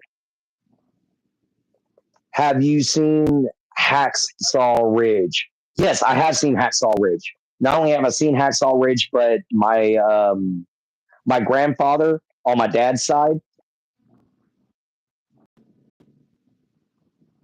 but they knew a few people that had survived it. Sorry, my phone back over. It has been after 2 hours. Oh, wow. But yeah, it's been a minute, bro. Well, this is I'm what about to happens have when you have fun. see. I'm about to actually have to get off of here to get ready for my own show. But it's we still got 30 something minutes. I can go on at 2:30. It don't matter. It's my show. Look at the freedom of that. Just the way your eyes light up when you talk about pride of something that belongs to you, not something that you rent, not something that you lease. You're talking about the VA loan. What you're really saying to veterans, you sacrificed for this country. You gave up everything. You left your family back and they needed you. Just like America needs you, you left your family back. I left my family back when I joined the military. And a VA loan says, you don't even deserve to own this land. Buy it from us. Excuse me? Exactly. I have to buy the land? I understand I have to buy the land. Should be no. Buying land isn't an issue because that's just good commerce in some cases. But the idea that you have to pay someone monthly for the privilege of being on your own land, and sometimes, yeah, the VA loan is good for a house in a neighborhood. Well, how good is the neighborhood? How good is the schools there? Is it going to be better than having, in my case, having my kids on a farm where I can say, you see that chicken over there? That is the chicken that gave you the eggs for the breakfast that you're eating right now. Now finish your damn eggs. Yeah. Your kids are just eating properly. Now, that's And you something see, I want for my kids. I don't want my kids to go live in a neighborhood and say, well, we got the VA loan, so we have a house. It's just like, well, yeah, but a house without a farm is not a house. It's not a home. A house without a farm is not a home. And yes, being self-sustaining is a necessity, not just because of COVID and all the government breakdowns. It's good to teach your children the circle of life and realize that they're a part of it. Because kids are afraid of death, They're afraid of misery. They're afraid of hard work. And You know that's how I what learned they don't about the realize bird? it's a part of their life. You know how I learned about the birds and the bees? Breeding cattle. That's how I learned about it. My grandpa pointed over there. He goes, "Boy, you see that bull?" I was like, "Yeah." He goes, "You see that little dangly thing right there?" It's like, "Yeah, it's like mine, but it's different." He said, "Well, he's about to put it in that cow, and he's about to make that cow pregnant." And my grandpa sat there and told me the whole thing, how it worked. So I turned around as a kid. Granted, yes, I was young. I was only about 5. But I turned around as a kid and I started doing research on how, reproduction works. And by the time I was old enough to know about sex, I wasn't obsessed with it, because I knew it was all about reproduction. So I wasn't running around trying to get tail all the damn time and everything. I was focused on my studies.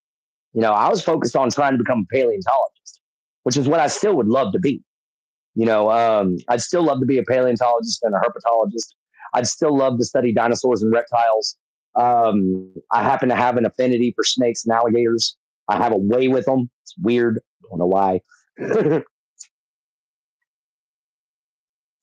But I love wildlife, and getting to cage dive with a 16-foot tiger shark and seeing that primitive power in action, that prehistoric power. Prime, I might be going live later on in about an hour or so because I forgot Prime's from my channel. Oh, right. Of course, of course. Well, I it's good to forgot have that. you here. It's good to have you here, Prime. But that's what I'm talking about, Clint. Of you're not getting the full value of your VA loan. You're not getting the full value of your VA disability benefits if all they're trying to do is plug you into everything you're taught in the military to fight against. You in the military, you're taught to fight against obesity. In the military, you're taught to fight against laziness. In military, you're supposed to fight for your tribe, your troop, Mm-hmm. your flight. You're supposed to be a community-minded person. You're supposed to say, "Bitch, the laundry needs to get done. So guess what? We're doing laundry. Every man in my fucking flight had to do laundry together and realize that's what it means to be a man. You can't tell a woman, do my laundry for me. Because you know what? There's some situations where you need a clean white shirt and you need like someone shoots and you need linen. You need clean white linen. What are you gonna do? Say I'm above it so that you don't have any clean white linen? No.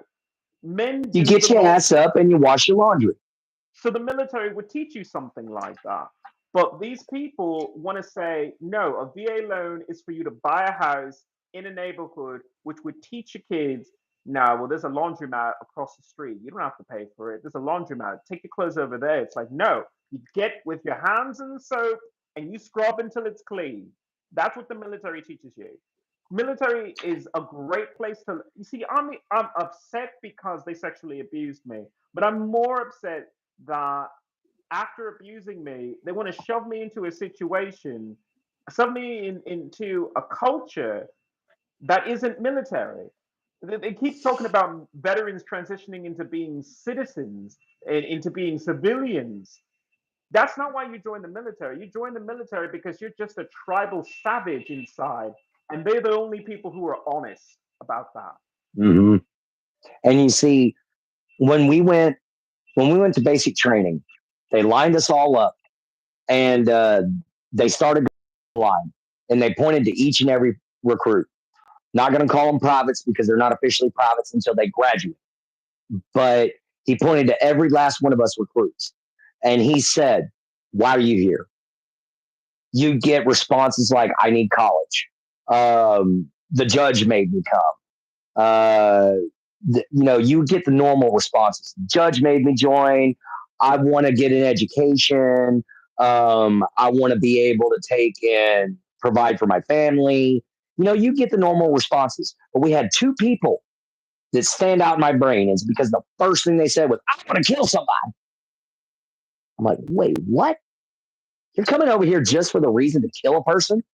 I don't want you fighting There's beside me. You always don't. one in the group. When I was in the United States Air Force, I had a few people who were cool, but then there was the one kid who was just like, I want to be a sniper. I want to shoot people from afar. I want to do this. I just want like the thrill of it is just so exciting.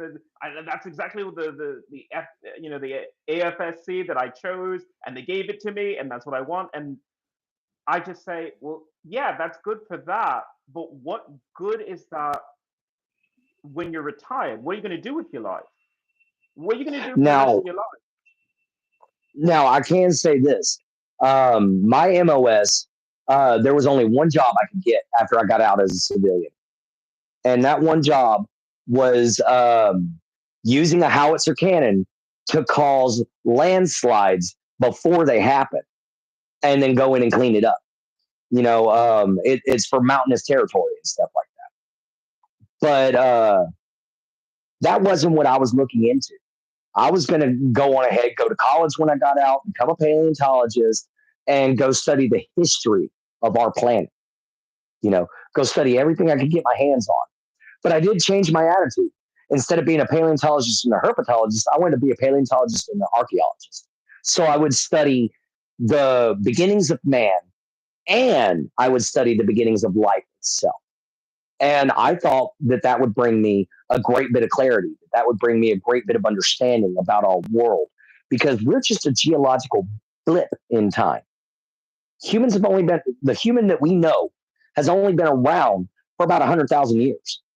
Guys, that is a blink in geological times. That's not even a blink. That's a twinkle in an eye that's gone in a second, and it's fascinating to me to see the way the rest of the world lives.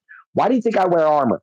I'm fascinated by life before the modern times, and that fascination has driven a understanding and has driven a cultural desire to learn about everything going on around me, to learn about the military, to learn about the education system, to learn about our rights as American citizens. Guys, that's a big one. Learn your right as an American citizen, guys. And if you're not an American citizen, become one. Nothing surprised me more than when Whoopi Goldberg tried to get Arnold Schwarzenegger to agree that the immigration system thing that's going on right now is wrong. And the first thing he said was, if you're going to come over here, do it legally, do it right, and you will see American dream is awesome. I can't do Arnold Schwarzenegger. Forgive me. The only thing I can say in his accent is "get to the chopper." But but you get my point. He shut Whoopi Goldberg down in a simple sentence. If you're going to do it right. And No, I don't know about. I want to respond to that when you have a chance. I'm about done. Okay. But when he shut her down, she was expecting a response like, "Oh, it's deplorable. It's horrible. You should just let him stay here." No, first thing out of his mouth was, do it right. And I don't know about how you guys were raised, but I was raised, if you're going to do something, you do it right the first time, so that way you ain't going to do it twice. And that includes law. If you're going to do it right. So now go on ahead, brother. All right. So I had to think about immigration in this country because I'm an American citizen. I'm entitled to my own opinion, not just the opinion that politicians and news agencies try to shove on me. And sometimes the whole idea of immigration, do you want to assimilate into this country? Do you want to accept the dollar as your lord? Whatever religion that you have, the religion of America has always been the American dollar. Not in the beginning, but it is now. Not in the beginning. In the beginning, they actually had more of a socialist, communist kind of leaning of you are the government and the government is you. Because they were really trying to govern a bunch of white people who look like you, and they were trying to share the power. And now it's so far removed from that I keep bringing up the little girl who was in school and they interviewed her for 60 minutes, and she's a Hispanic girl, and she's the best and brightest of her class. She knows the American Pledge of Allegiance, forward, backward, sideways, everything. She's an American citizen, at least in everyone's eyes. But she was brought over here illegally, and she's a good student. America said, no, you, your father, your mother, all of you, get the fuck out this country. You didn't come here the right way. And I know that Whoopi Goldberg was going about it and saying, these detention camps, these ways that they're treating people, the get the fuck out of the country kind of attitude. There's two sides to that story. There's the side of the racist side of, well, America doesn't want to have more brown people in it for whatever reason. But then there's the other side of it. If they leave and go back with all of the American education that they've amassed over the years, they can maybe help their own people. And maybe the next generation wouldn't even have to leave. Because I think of this little Hispanic girl and I say, that girl was a genius. And America didn't appreciate her to tell her, you need to stay. But they also said, well, your people need you. Your town, that village that you left because of the cartels, because of this, because of that, you're going to go back there. And now you've had an American education. Now you know what good nutrition is. Do you think that your parents are going to go back and let you starve or let the curiosity for knowledge that America nurtured inside of you extinguish itself? No. What they're going to do is allow you to become a better version of you. And sometimes deportation for these people is not the end. It is actually the beginning, because America is changing so fast. And I don't like what it's becoming. I don't like the McCarthy era of politics, of they point a finger at you and you are public enemy number one because you have a different gender expression, or you think differently, or you want to smoke weed. That's not the America I want to live in. And immigration is Hello, part of Clayton. it. You want people to live here because not just that they want to assimilate into American society, but they want to make American society better. I fight against American culture sometimes because I want it to be better. I want it to benefit people, because there are people who you bully, people who you ostracize, and they become Lady Gaga. Lady Gaga was told that she was an ugly girl who was untalented with a big nose. And guess what? Now you know her name. Not only that, but look at Ava Max too. Have you ever seen pictures of Ava Max? Have you ever seen pictures of her when she was a child? Braces, glasses, whole 9 yards. She looked like a little nerdy girl. Now, damn girl, what a change, And you would it's kind of interesting. that other girl, the one who does the I'm the bad guy, Billie Eilish, because isn't she an epileptic? She's an epileptic who has seizures.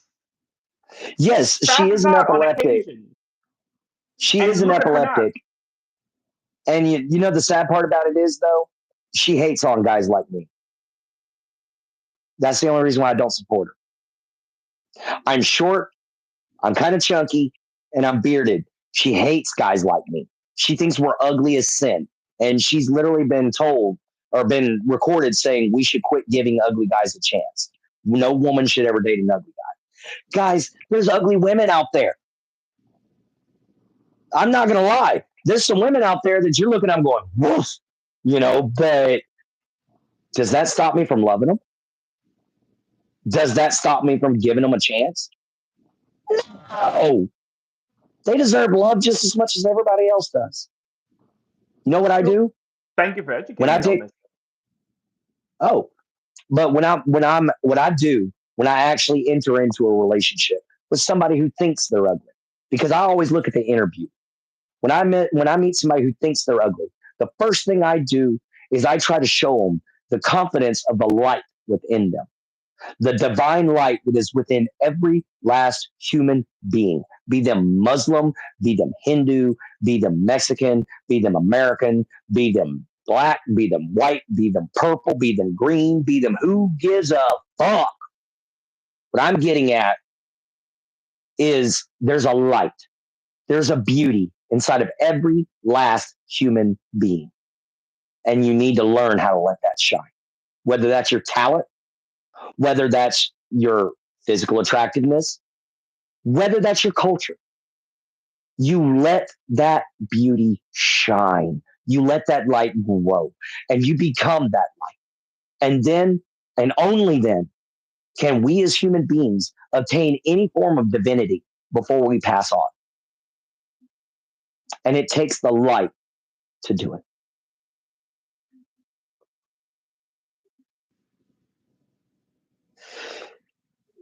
Guys, some of our parents are kind of fugly. I ain't gonna lie.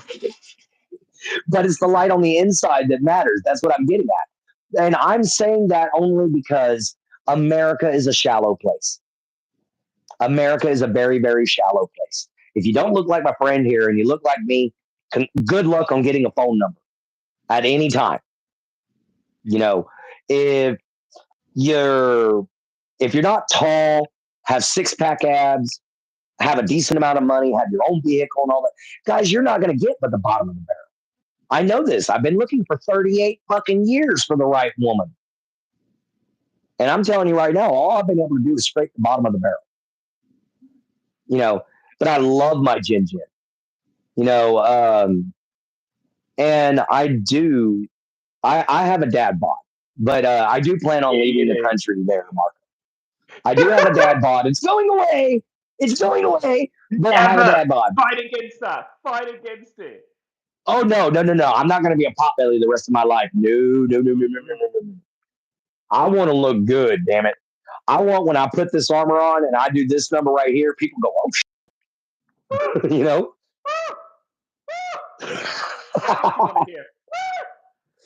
Yeah, pretty much. It's like, oh, good Lord, who just walked through the door right now? You know? And guys, I get that when I'm wearing my armor. You're going to get there. Just imagine you're going to shave your head. You're going to have the temporary face paint, tattoo style on your face. No one will ever question how fucking sexy you are once they see you as you were meant to be. You see, this is why I love having you on the channel, because that native, natural beauty is the real beauty that's inside of you. That Viking that's inside of you is the real beauty that's inside of you. Ugly women don't realize that they're just styled the wrong way. If you're trying to style yourself like a Parisian noble in the 1900s, you're going to fail. But if you styled yourself like a 1500 wench, you're going to get success. Just look at you. Look at you in this outfit. That is sexy for you. Mm-hmm. If you tried to wear a polo shirt and said that like you just came off a golf course, I wouldn't look twice at you. But in this outfit, everybody wants to look at you because that's who you are. And it's beautiful who you are. Thank you, man.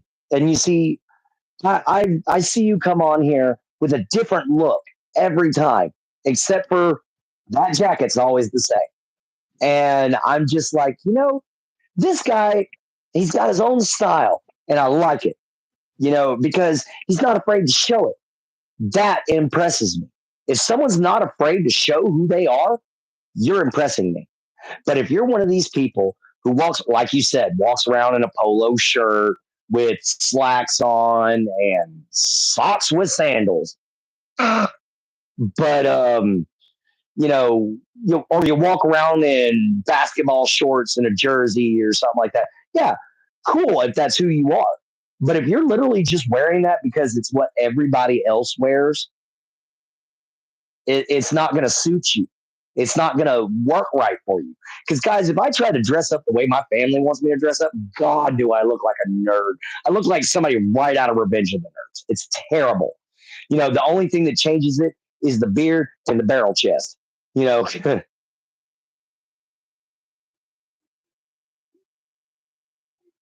Exactly. I'm glad that you do disagree. And you know, I've been called ugly. And yes, I've got some ugly tendencies on the inside. So does everybody. You know, I try to fight against them. Doesn't mean I always win.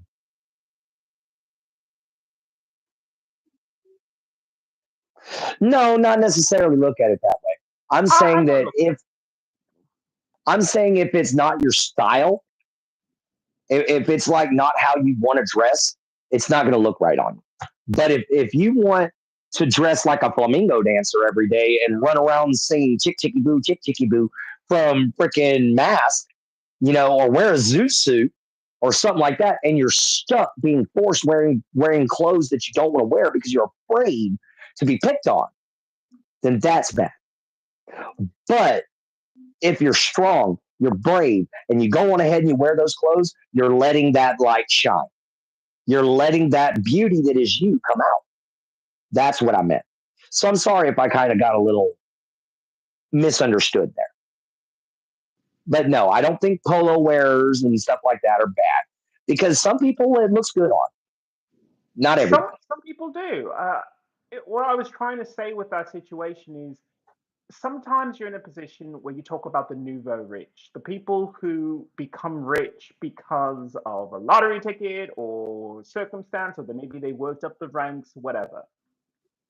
They will subscribe to that lifestyle of the polo shirt, and it looks uncomfortable. And when you enter into that world of people who wear polo shirts, people who go to country clubs, they're going to be extremely judgmental because they know that Yeah, you used to wear blue jeans and you used to be comfortable with that kind of lifestyle, and now that polo shirt doesn't really look like a polo shirt to them. It looks like a corset because you feel how tight and contrived that existence is, when really, no matter how much money you have, you always want to return back to the simple time when you can just be yourself.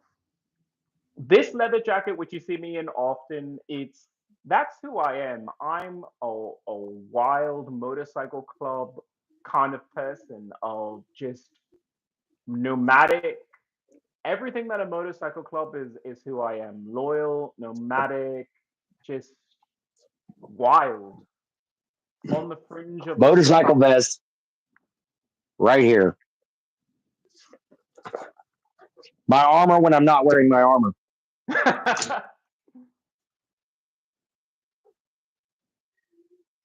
You guys totally resonate with me when you spoke about being outside and with loved ones. No shelter, but just with your loved ones. That's beautiful. Thank you, man. But what I'm getting at is this is how America should be. A straight white male sitting down talking with a gay minority with no problems, no arguments, simple debate. This is what our country was supposed to be. This is the beauty I was talking about. This is the wonder of American culture. You know, this is not the horrors of American culture. The one on the left is a Trump Trump supporters, supporter. I Actually, I don't am. support any political party. You may not, but I support Trump for the reason that he is dismantling things and at least making you think about what he is dismantling. When he dismantles the EPA, as an environmentalist, I say thank goodness he's dismantling the EPA, because the entire time that the EPA has been trying to function, it's been functioning without the American people. It's been functioning Hmm. without the American people realizing that they're a part of the problem, that the EPA could do a lot more if Americans said, well, that's what I'm supposed to be doing. I'm supposed to be guarding against smoke and smog. I'm supposed to be talking to the companies that dump illegal chemicals into the water supply and say, could you maybe manufacture it in a different way? Or I'm going to have to buy a different product that doesn't pollute my own water in my backyard. Now, Yeah. it takes a lot of guts to stand up to NASA to stand up to the Veteran Affairs, agency, and he's doing it. He's actually telling those people, you're going to be fired because you haven't been serving veterans. You've been serving each other. In fact, you've been hiring veterans, so that you hear a veteran telling you, no, you don't have your disability benefits, but I have my disability benefits because now I'm stuck in an office telling other veterans that they can have disability benefits after being raped, after being sexually abused, after being blown to bits, and you still don't get your disability benefits. And you see, guys, even out of basic training, I didn't get my benefits. You're okay, brother. You're all right. Don't worry about it, man. Trust me, you're all right. We got you back. It's no big deal. They didn't give me dick after I got blown up. I still don't get nothing. I shouldn't because I didn't graduate basic. But they should have at least compensated me for the left ear that got destroyed, But I didn't get nothing. I just got a boot to the ass and told, go out and figure it out. And I don't disagree on that. I don't. I did not make it. So therefore, I did not earn it. Would it have been nice? Yes. But there's physically nothing they can do with my inner left ear. It's been completely shredded. There's nothing that can be saved about it. But I will say this, man. Regardless of what you go through, all I am is an email away. If you can't email me, dude, I'll send you my phone number so you can call me. That's not a big deal. I don't mind being here for you and helping you through all this bullshit. That's what I'm all about. Helping my fellow American, helping my fellow human being, helping everybody around the world. That's what my channel is all about, is it's trying to help people around the world. And anybody in here that has any kind of thing that they want to talk about, come pop on over to my station at Clint Gage-J7M. It's easy to find me. 1,700 followers, 17.6 to be precise. So you guys pop on in, say hi. I'll always listen to you, and I'll always try to make sure that you have a better day than what it started out as. The same way I try to do with my friend Ian here. I always try to make sure he has a good day. Whether I'm just on here talking with him like you guys are talking to us now, or I'm actually on here conversating with him as I am at this exact moment. But guys, the whole point about it is brotherhood, sisterhood, unity. The fact that we are all human beings, the fact that we all need help in some shape, form, or fashion. Doesn't matter if it's mental PTSD from sexual assault, or if it's, in my case, PTSD from getting the absolute crap beat out of me from my family members for not being Christian. I've got several broken bones. I've been just like him, and this is hard for me to admit. I've been raped with a cattle prod multiple times while it was left on. And that's why I can't be gay, man. That's why I can't do it. And it's not an experience I like to talk about. It's not one I like to share. Happened for many, many years.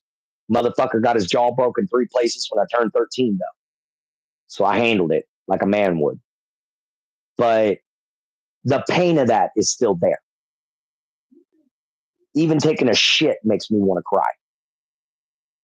And that's why I tell you, Ian, I understand where you're coming from. I do. That pain is something nobody should experience.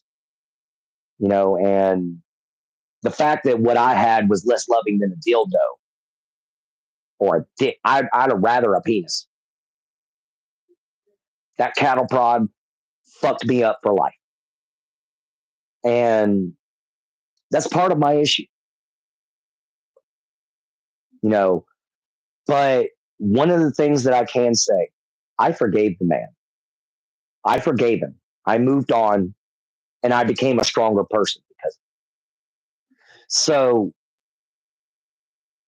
that's why I try to help you in, because I know you'll become stronger after you can get past this PTSD. You will become stronger, and you can get past this PTSD. I know you can. I got past mine, but you might need a little help. And that's where I come. That's my whole point. You need help? Call on a reptile. I appreciate you, Clint. I really do. The reason why I was getting a little choked up there, and you can hear it from my voice, and my voice is a little, because I just want to cry right now. It's not just about me. It's not just about me. I told you, I had a fan of my show reach out to me through YouTube and tell me that he is dying pretty much of stage 4 prostate cancer. And the VA wouldn't even give him his disability benefits. And I have my problems, but how can I live in a country that treats an American veteran this way? Treats a human being that chose to be a hero and just turns their back on him. That Yeah. man could have had a different outcome. Cancer is many things, but it is beatable. Even stage Yes. 4 is beatable with a qualified doctor, the right doctor that this guy could have afforded if he'd been given his disability benefits back before it became stage 3 or stage 2 or stage 1. If he'd been given his disability benefits, you know what he might have done? He might have started exercising more. He might start checking his prostate regularly. He might have had preventative care, which would have, I don't even know if he's alive anymore. Yeah. That's what veterans are going through. And people talk about us like we're all gold diggers. But And you America see, digs our grave by doing something like that, by turning back. How do you turn your back on an American after all we do for you? I don't know, man. I don't know how they do this. It was like when that soldier died in Fort Hood and he was gay, and people were trying to protest his funeral. And I'm like, what the fuck? What is wrong with you people? This man literally died so you could be a dick, and you're going to be a dick at his funeral? This isn't the way we're looking at our veterans.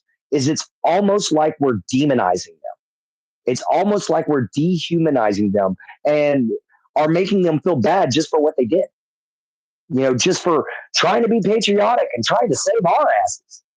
You know, and I see this pain happen with all these veterans, homeless veterans from Vietnam, people from World War II that can't even afford to get their nursing home benefits taken care of. They have to go into a cheap old government nursing home instead of going to an actual retirement home where they can be comfortable, you know. And I see the pain that you go through. I see the pain that some of these people that are dealing with this oppression that's going on, because there's a lot of oppression going on in America. It's not just blacks versus everybody else.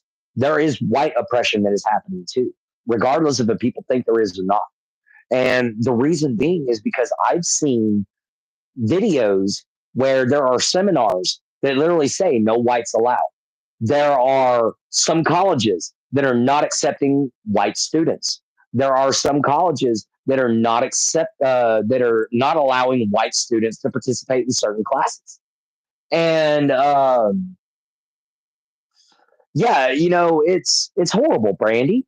And the one weirdest thing that I thought was just absolutely deplorable was whenever they were literally talking about dismantling the VA. For a short time, they talked about dismantling the VA because they didn't think soldiers deserved it anymore. Because so many people were calling them murderers and haters and all this other stuff.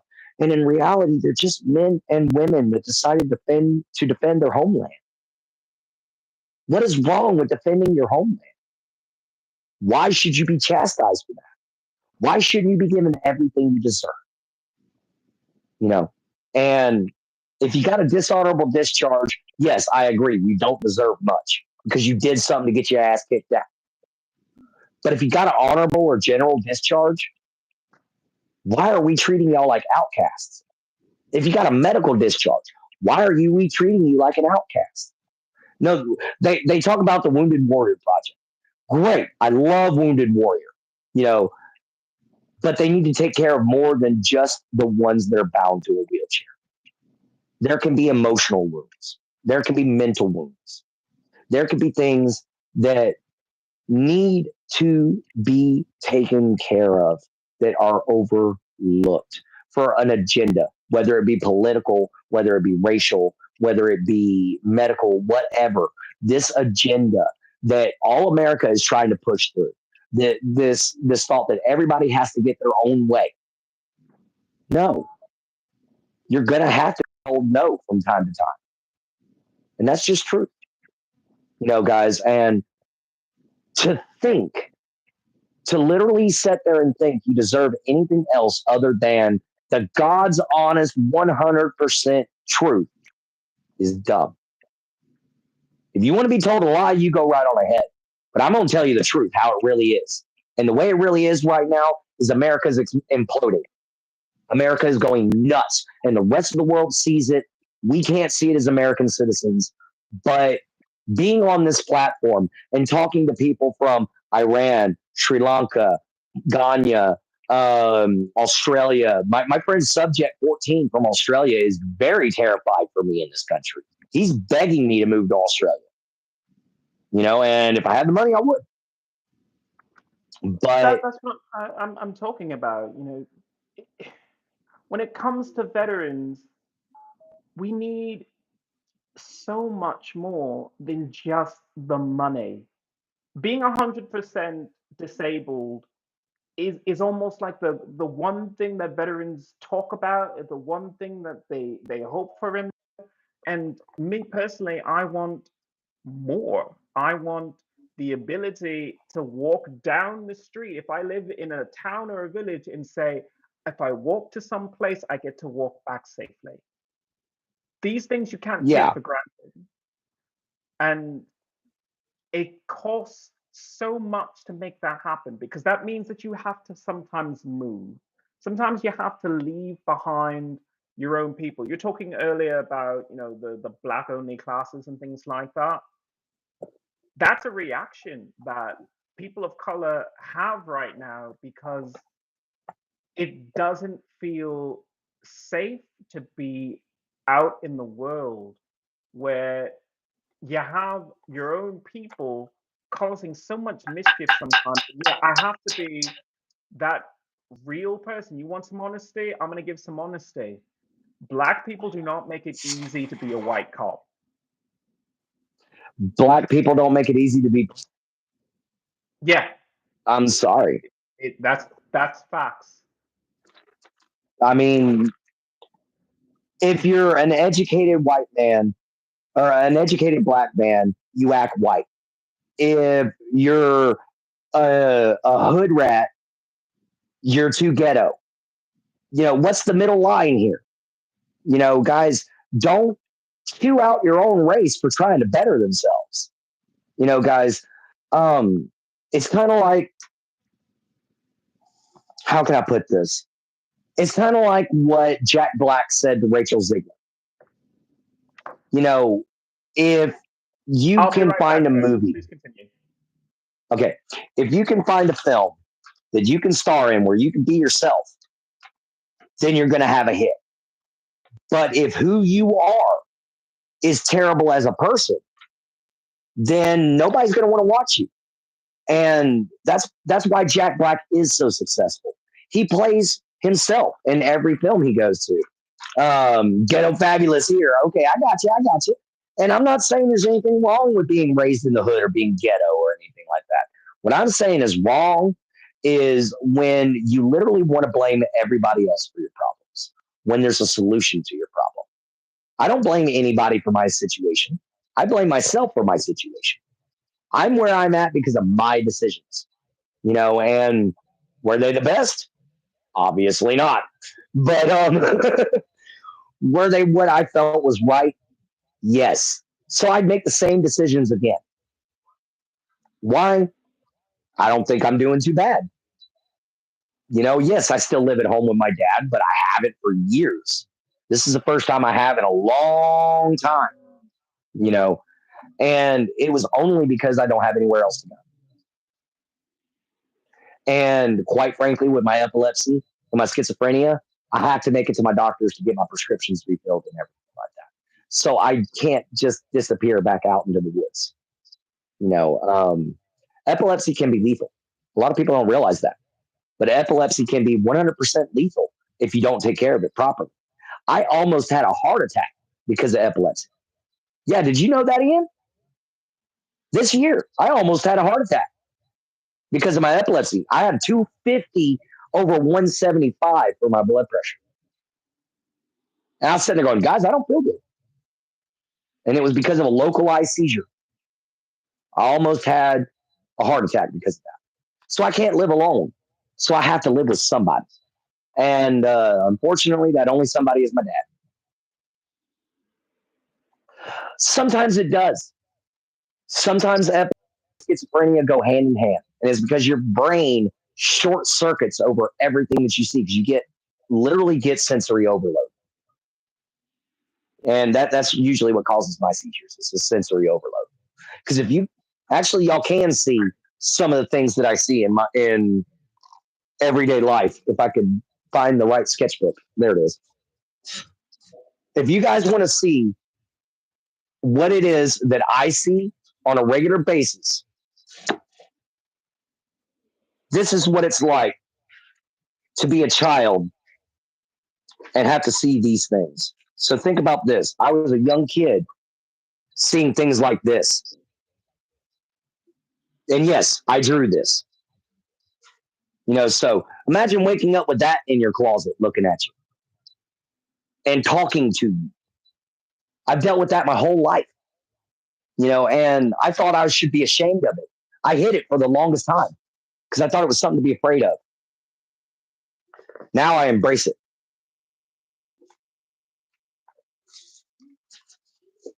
And yeah, I've got a whole sketchbook of stuff I've seen just as a schizophrenic. Brandy, I'm reading your comments here about. Can everyone hear me? I can hear you, yeah. Okay. I'm reading a comment, ghetto fabulous here, baby. And I agree, people want to make it out the hood. Until you do, then you're fake. There's two sides to that conversation. There's the side of, be, black and proud, be a little white trashy and proud of it, be a redneck and be proud of it. There's an amazing thing about just being okay with who you are. If you're a blue jeans, beer drinking person, that's who you are. The only issue is there's so much more going on than just that. You can't just be a blue jeans, beer drinking person as the crops shrivel around you because someone doesn't want to talk to someone about the thermostat going off in your country, climate change. If it's too hot to grow your crops as an American farmer, you need to speak up about it. And you need to be able to tell your government, well, either I need to start growing weed, which will grow in nearly any climate, or you're going to have to turn down the fucking thermostat for your country. And a lot of people don't want to think that way. A lot of people in the ghetto don't want to think, we need to start talking about cars. We need to start talking about better cars for our people. It's like, no, I'm going to buy this car and that car and that car. It's like, no, you need to learn how to make a car. Yeah, learn how to fix it first. The car of backing up exhaust into your kid's face. which is why I wear my Maybelline Super Stay Matte Ink Liquid Lipstick, because I'm protesting this atrocity that people don't want to talk about. They want to talk about celebrities, they want to talk about sports, they don't want to talk about your health, because your health has always been a personal thing, it's not been a community thing. Clint's health is important to me. Thank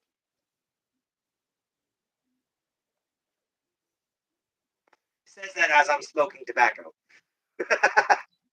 But hopefully you're smoking tobacco in a way that makes sense for you. And even if you smoke tobacco, you should have a better doctor. This is why I want to go to medical school. If the VA could give me my disability benefits, I could go to medical school. I'd have you as a doctor, man.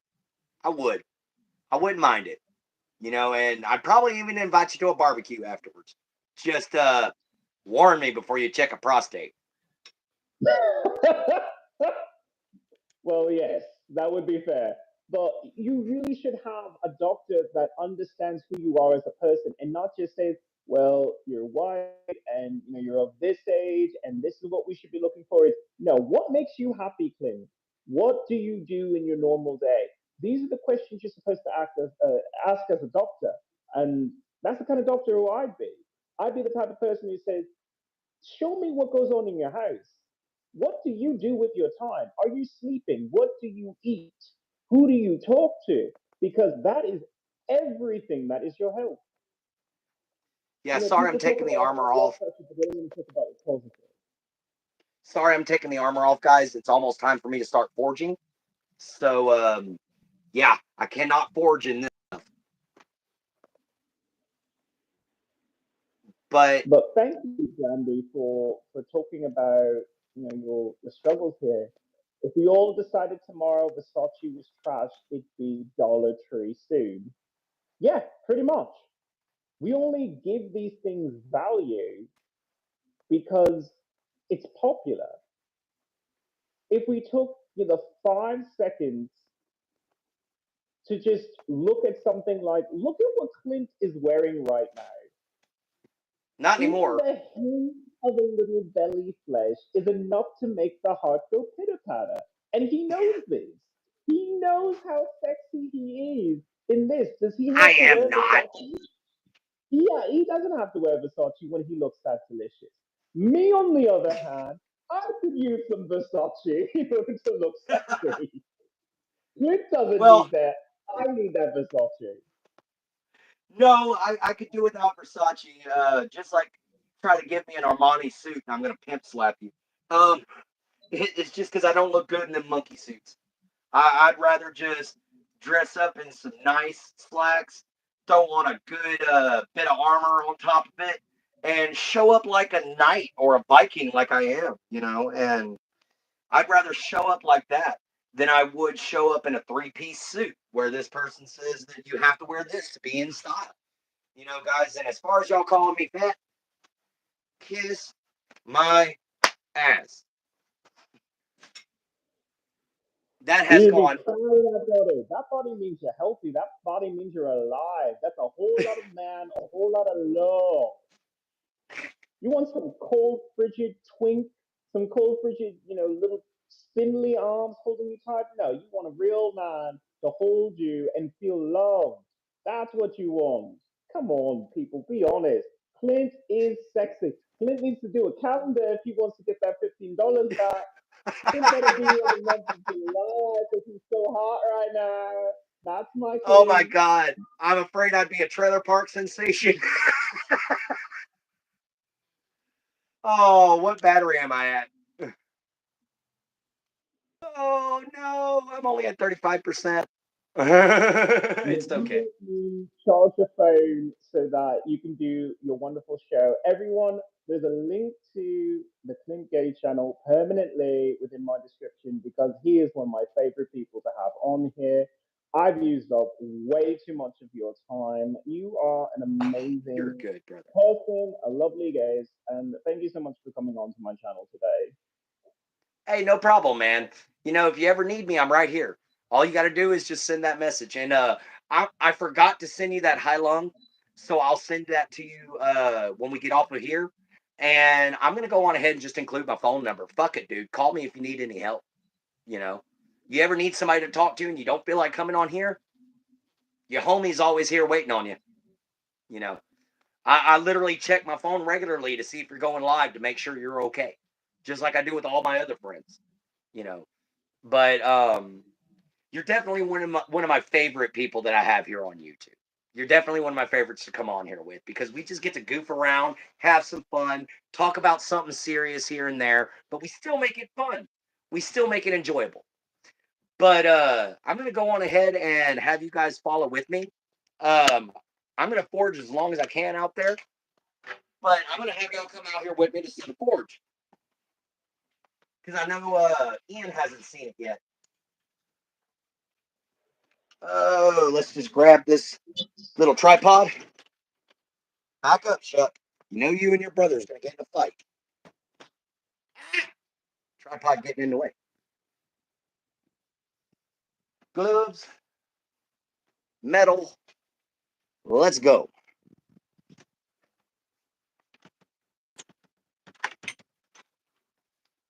Oh, nice and hot. By the way, welcome to my backyard.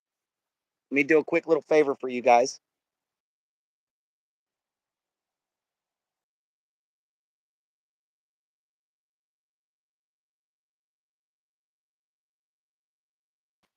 Welcome to my backyard. Got about half an acre. Clint, And what are those here is, green things behind you? what are the what behind me? What are those green things behind you? Oh, they're called trees, dude. We got them everywhere out here. All right, let's lock this down. Welcome to my work area.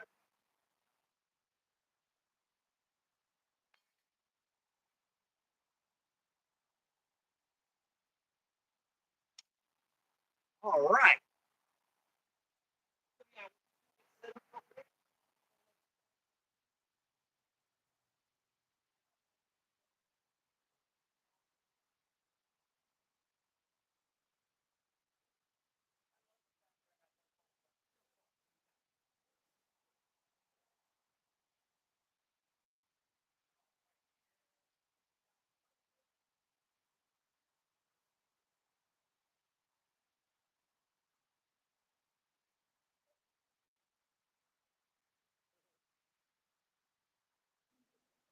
I'm going to All read what you right. said there, Andy. Or whatever, LOL. The thing is that we value celebrities over our veterans. We make basketball players millionaires while our veterans starve.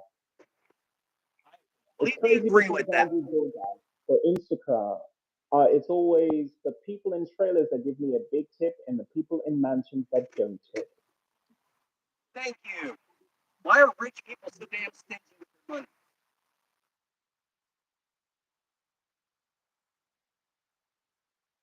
Never understand that. You got money. Why you don't be stingy with it?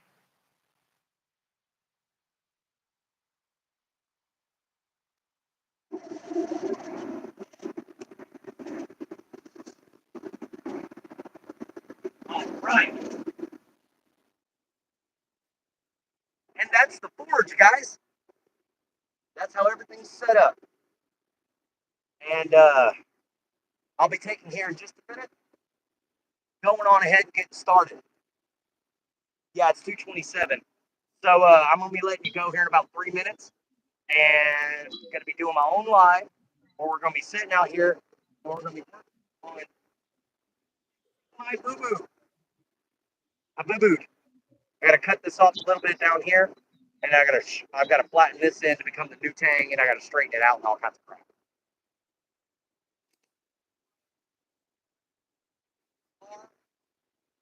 The tools of my trade, guys. Welding gloves,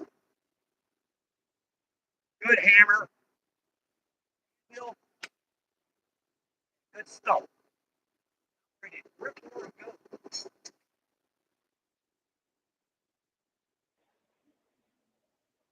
I had to repair this thing the other day. Definitely got to get these guys off. Thank you so much, Clint. I'm looking forward to being a spectator and watching that. So I'm gonna cook myself a meal, and I'm gonna let my phone charge, and I'm gonna let you charge your phone up so you can do a full stream. Oh, I'm gonna be going as long as I can. Thank you, Clint. No problem, my friend. Thank you Later. for coming back